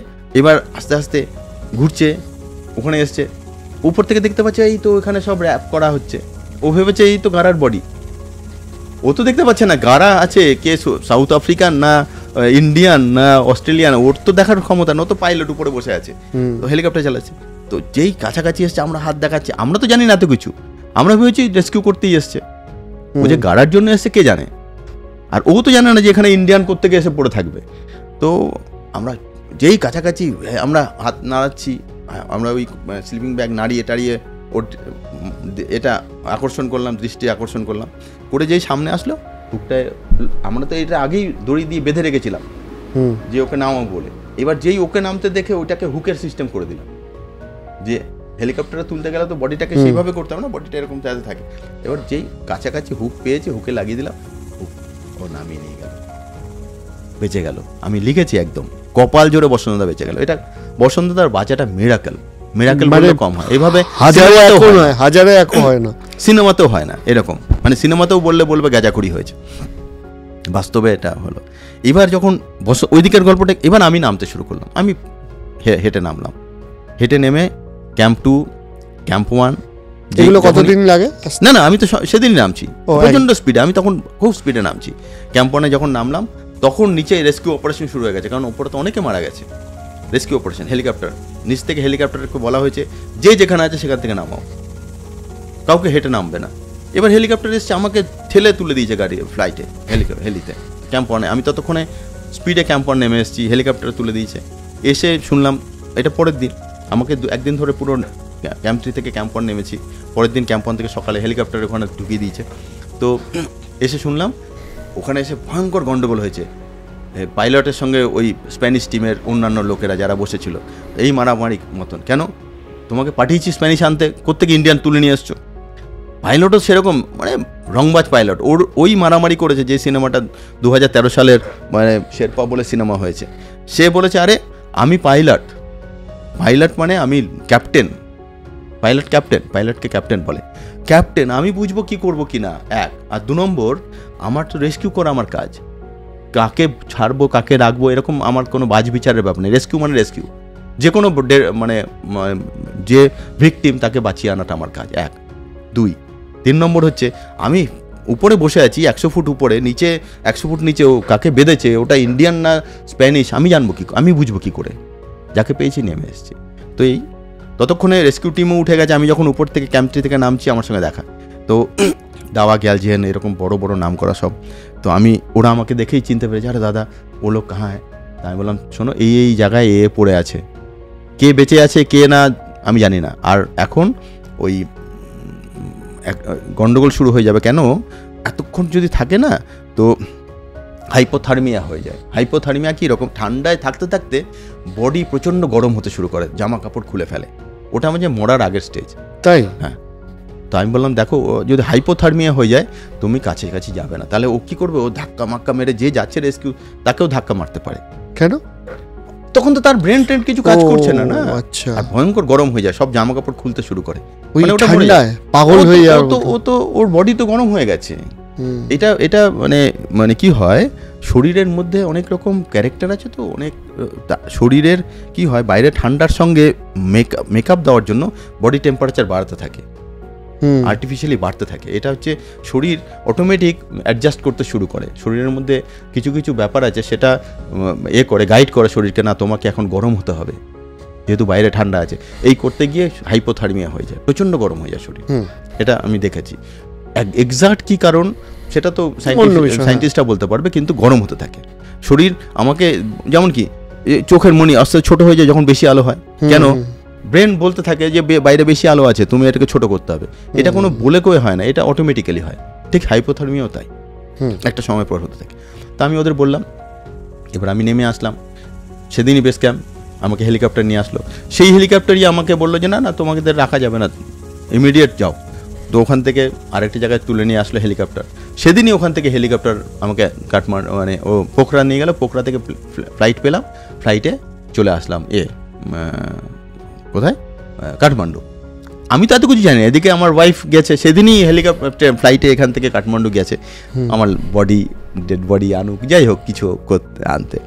তো আমি ওখান থেকে আমাকে সোজা একটা অ্যাম্বুলেন্সে তুলে, যেহেতু আমাদের রেস্কিউ অপারেশনের মধ্যে কি অ্যাম্বুলেন্সে নিয়ে আসবে, অ্যাম্বুলেন্সে তুলে ওখান থেকে একদম টারম্যাক থেকে তুলে নিয়ে তো আমাকে হোটেলে ঢুকিয়ে দিয়েছে। প্রথমে এতে নিয়ে যায় হসপিটালে। তো আমি হসপিটালে আমাকে জিজ্ঞেস করলো তুমি যাবে? আমি বললাম না, আমি একদম ফিট অ্যান্ড ফাইন আছি।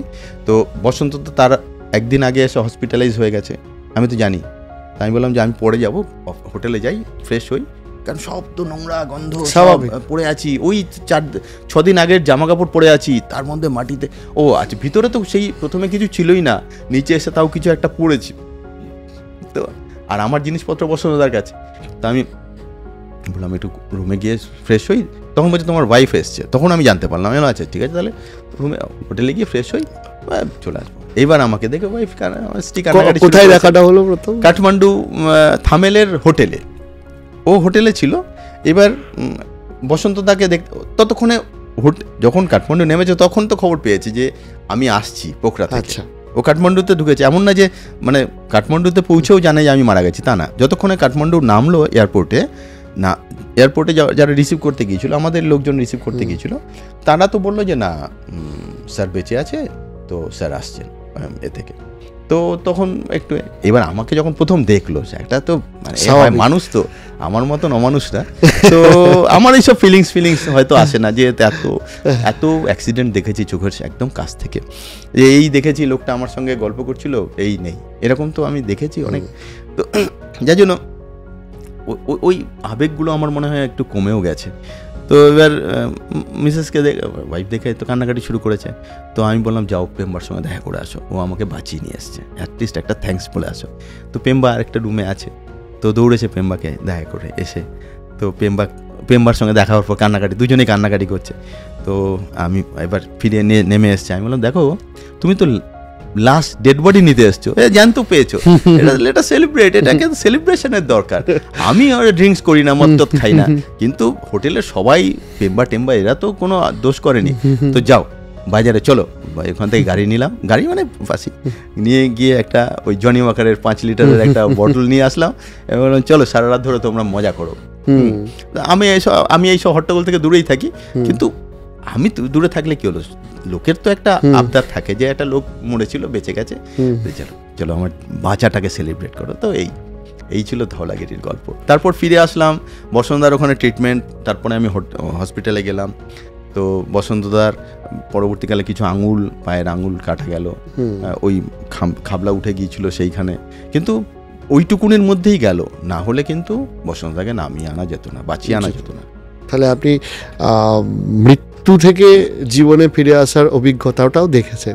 আচ্ছা, এরপরে মানে আপনার সাথে আড্ডা দিতে দিতে অনেকক্ষণ আপনার সময় নিয়ে নিচ্ছি, কিন্তু আমার একটা জিনিস জানতে খুব ইচ্ছা করে যে এগুলো তো গেল পাহাড়ের কাহিনী, এবার সমতলের কাহিনীতে আপনি জীবনে প্রচুর পুরস্কার পেয়েছেন, অর্জুন পুরস্কার পেয়েছেন, এবং আপনার সাথে কথা হচ্ছিল যে প্রাইম মিনিস্টার মোদি পুরস্কারের সম্ভবত আগের দিনকে একটি আপনাদের পার্টি বলা ভুল, ডিনারে সেলিব্রেশনে মানে আমন্ত্রণ জানিয়েছিলেন। কি কথা হলো? এটা 2016 সাল, তখন অর্জুন পুরস্কার যে দেওয়া হয়, এটা তো আমাদের রাষ্ট্রীয় খেল দিবস, ধ্যানচাঁদ, মেজর ধ্যানচাঁদের জন্মদিন 29শে আগস্ট, সেদিন সমস্ত অ্যাওয়ার্ড দেওয়া হয়, যে এই যে খেলরত্ন অ্যাওয়ার্ড, তারপর যত অর্জুন অ্যাওয়ার্ড, তারপর ধ্যানচাঁদ অ্যাওয়ার্ড, এই সমস্ত অ্যাওয়ার্ডগুলো দেওয়া হয়। তো এইটা আমাদেরটা যারা অ্যাডভেঞ্চারের স্পোর্টসটাকে, সেটা তেনজিং নোরগের নামে দেওয়া হয়, এটা আগে অর্জুনের সঙ্গেই একই হতো, কিন্তু তেনজিং মারা যাওয়ার পরে তেনজিংকে সম্মান জানানোর জন্য, আমি বললাম না তেনজিং একটা অন্য ক্যারেক্টার, তো আমার তো মনে হয় অর্জুন অ্যাওয়ার্ডের থেকেও যেই অ্যাওয়ার্ডের সঙ্গে তেনজিং নরগের নাম জড়িয়ে আছে সেটা আরও বেশি বড়।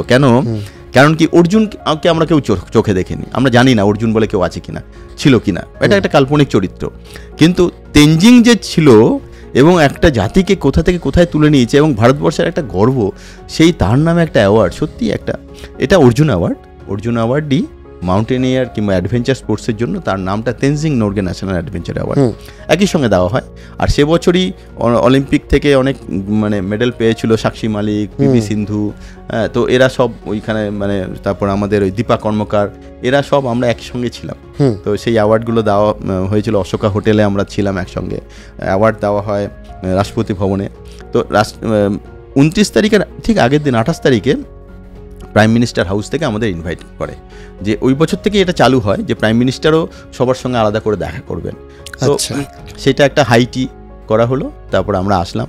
এবার উনি সবার সঙ্গে দেখা করে যে মানে কিভাবে স্পোর্টসটা আরও বেটার হয়, তো এটা ভালো, আমি পজিটিভ দিক দেখেছি মানে আমাদের প্রাইম মিনিস্টারের, যে কোন কোন স্পোর্টস কিভাবে আরও বেটার করা যায়। আমাকে উনি বললেন যে আমার মেল আইডিতে যখন খুশি মনে হবে কোনো সাজেশন নিশ্চয়ই পাঠাবে, আমরা চেষ্টা করব যতটা করার স্পোর্টস পার্সনদের আর একটু বেটার করার।